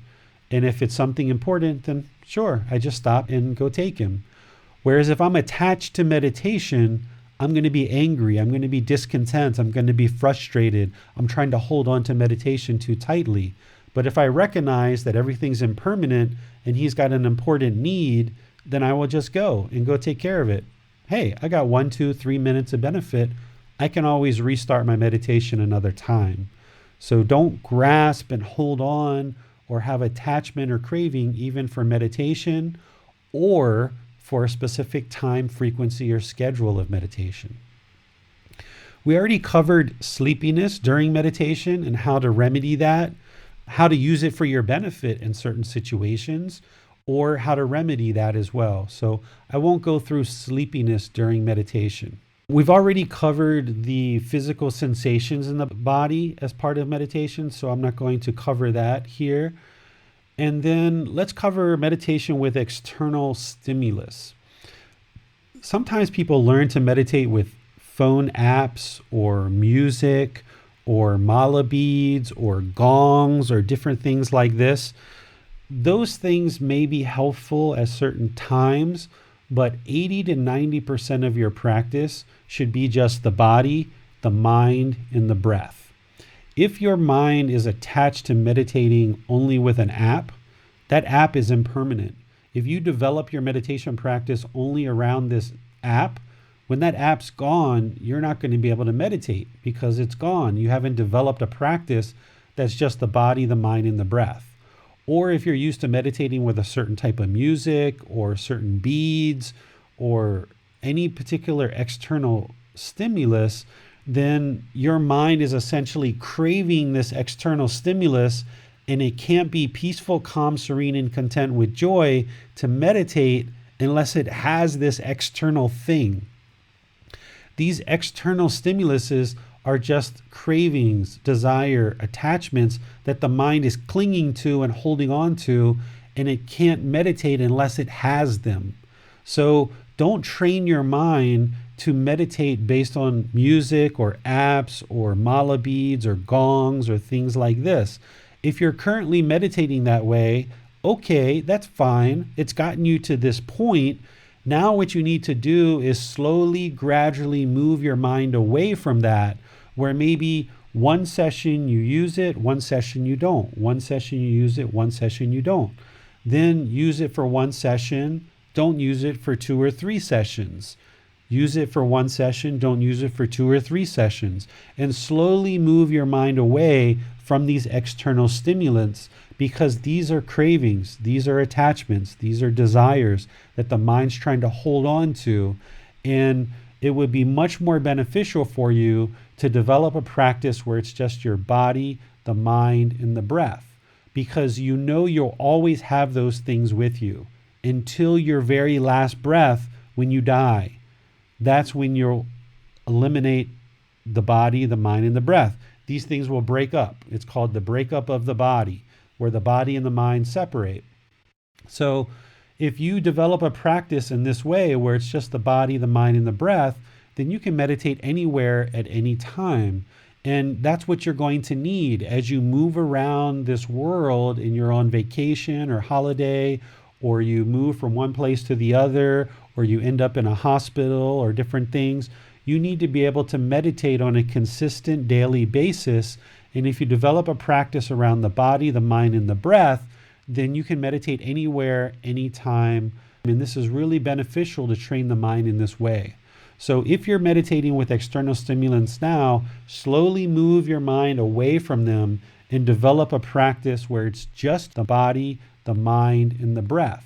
An independent, dedicated, active training session where you're purposefully training the mind. Now, if 10 or 20% of the time you would like to be around other people and do a group meditation or involve like a gong meditation or something like this, then go do that. It's a nice way to kind of invigorate your meditation practice where you can have a gong or you can have friends or a community of people that you're meditating around. But 80 to 90% of the time, it should just be the body, the mind, and the breath, nothing else. Of course, a cushion or a blanket or something, if you need that to keep you warm at different times, then use that. But then at certain times, practice without the blanket, practice without the cushion. Go do walking meditation, go do standing meditation. You've got to train the mind to let go of all of these things that it's going to try to grasp onto and it's going to try to hold on to.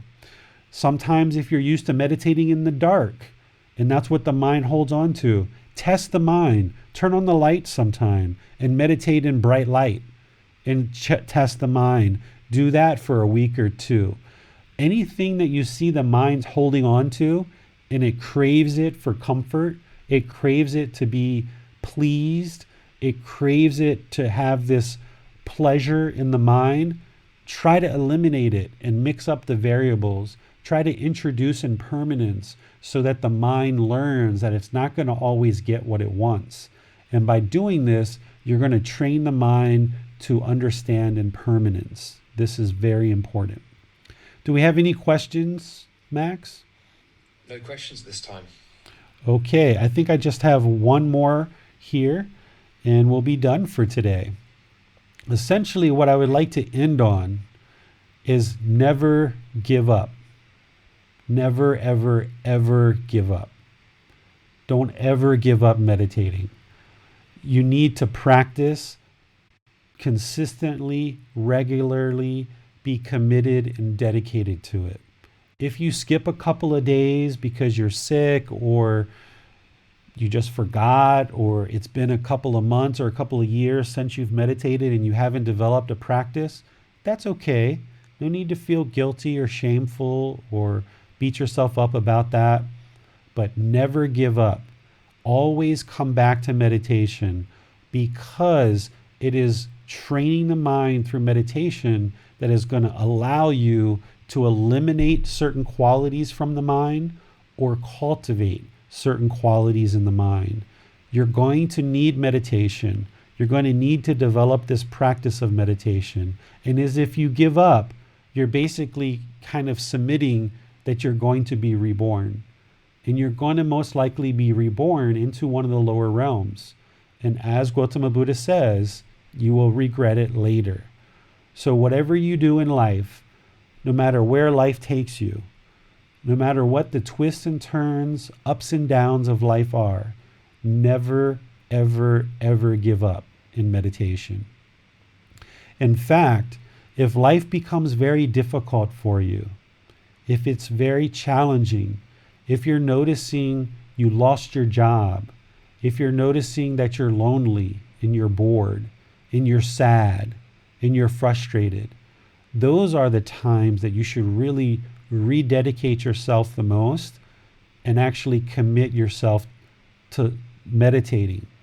Oftentimes, when things happen to us, like getting laid off of a job, or we lose a boyfriend or a girlfriend, or we lose one to death, or bad things are happening to us in life, those are the times where we oftentimes are interested to give up and stop doing these good, wholesome practices because we feel like life is kind of smothering us and putting pressure on us and we can't even see the light because we're so much in the darkness from the sadness and loneliness and boredom or guilt or shame. Traumatic things happen to us. Those are the times when we kind of want to give in to the darkness and we want to just retreat and kind of make ourselves small and give up on all of this stuff. But those times when life is the most difficult, that's the time to really dedicate yourself the most. And don't ever, ever, ever, ever give up on meditation. You've got to have a daily, regular, consistent practice that is improving the quality of the mind and continuing to help you awaken further and further and further to this enlightened mind. So the Buddha's words, meditate, bhikkhus, do not be negligent, lest you will regret it later. This is my instruction to you. Another way to say this is meditate. Don't be complacent. You will experience all the benefits in meditation. This is my instruction to you. Don't ever give up. As you meditate more and more and more, you will notice more and more and more benefits, and you will be very pleased with that benefit. This is my instruction to you. So thank you for joining the class. Thank you for deciding to learn and practice the teachings of Gotama Buddha. It's the very best thing that you could ever do for yourself, for those close to you, and for all of humanity. So enjoy the rest of your day. Be sure to commit to a dedicated, independent, active training sessions of the mind, where you're actively training the mind through breathing mindfulness meditation and loving kindness meditation. Work on developing your practice and continue to work at developing this practice more and more and more. Never give up. Thank you so much. Sawadee krap. Thank you for listening to this podcast. To provide support for this podcast, visit patreon.com/support Buddha. To access more teachings, visit buddhadailywisdom.com. There, you will discover a full range of courses, retreats, and online resources to assist you on the path to enlightenment. Remember to establish a daily, consistent meditation practice, along with learning and practicing these teachings. A well-developed meditation practice is the foundation in which to train the mind to attain enlightenment.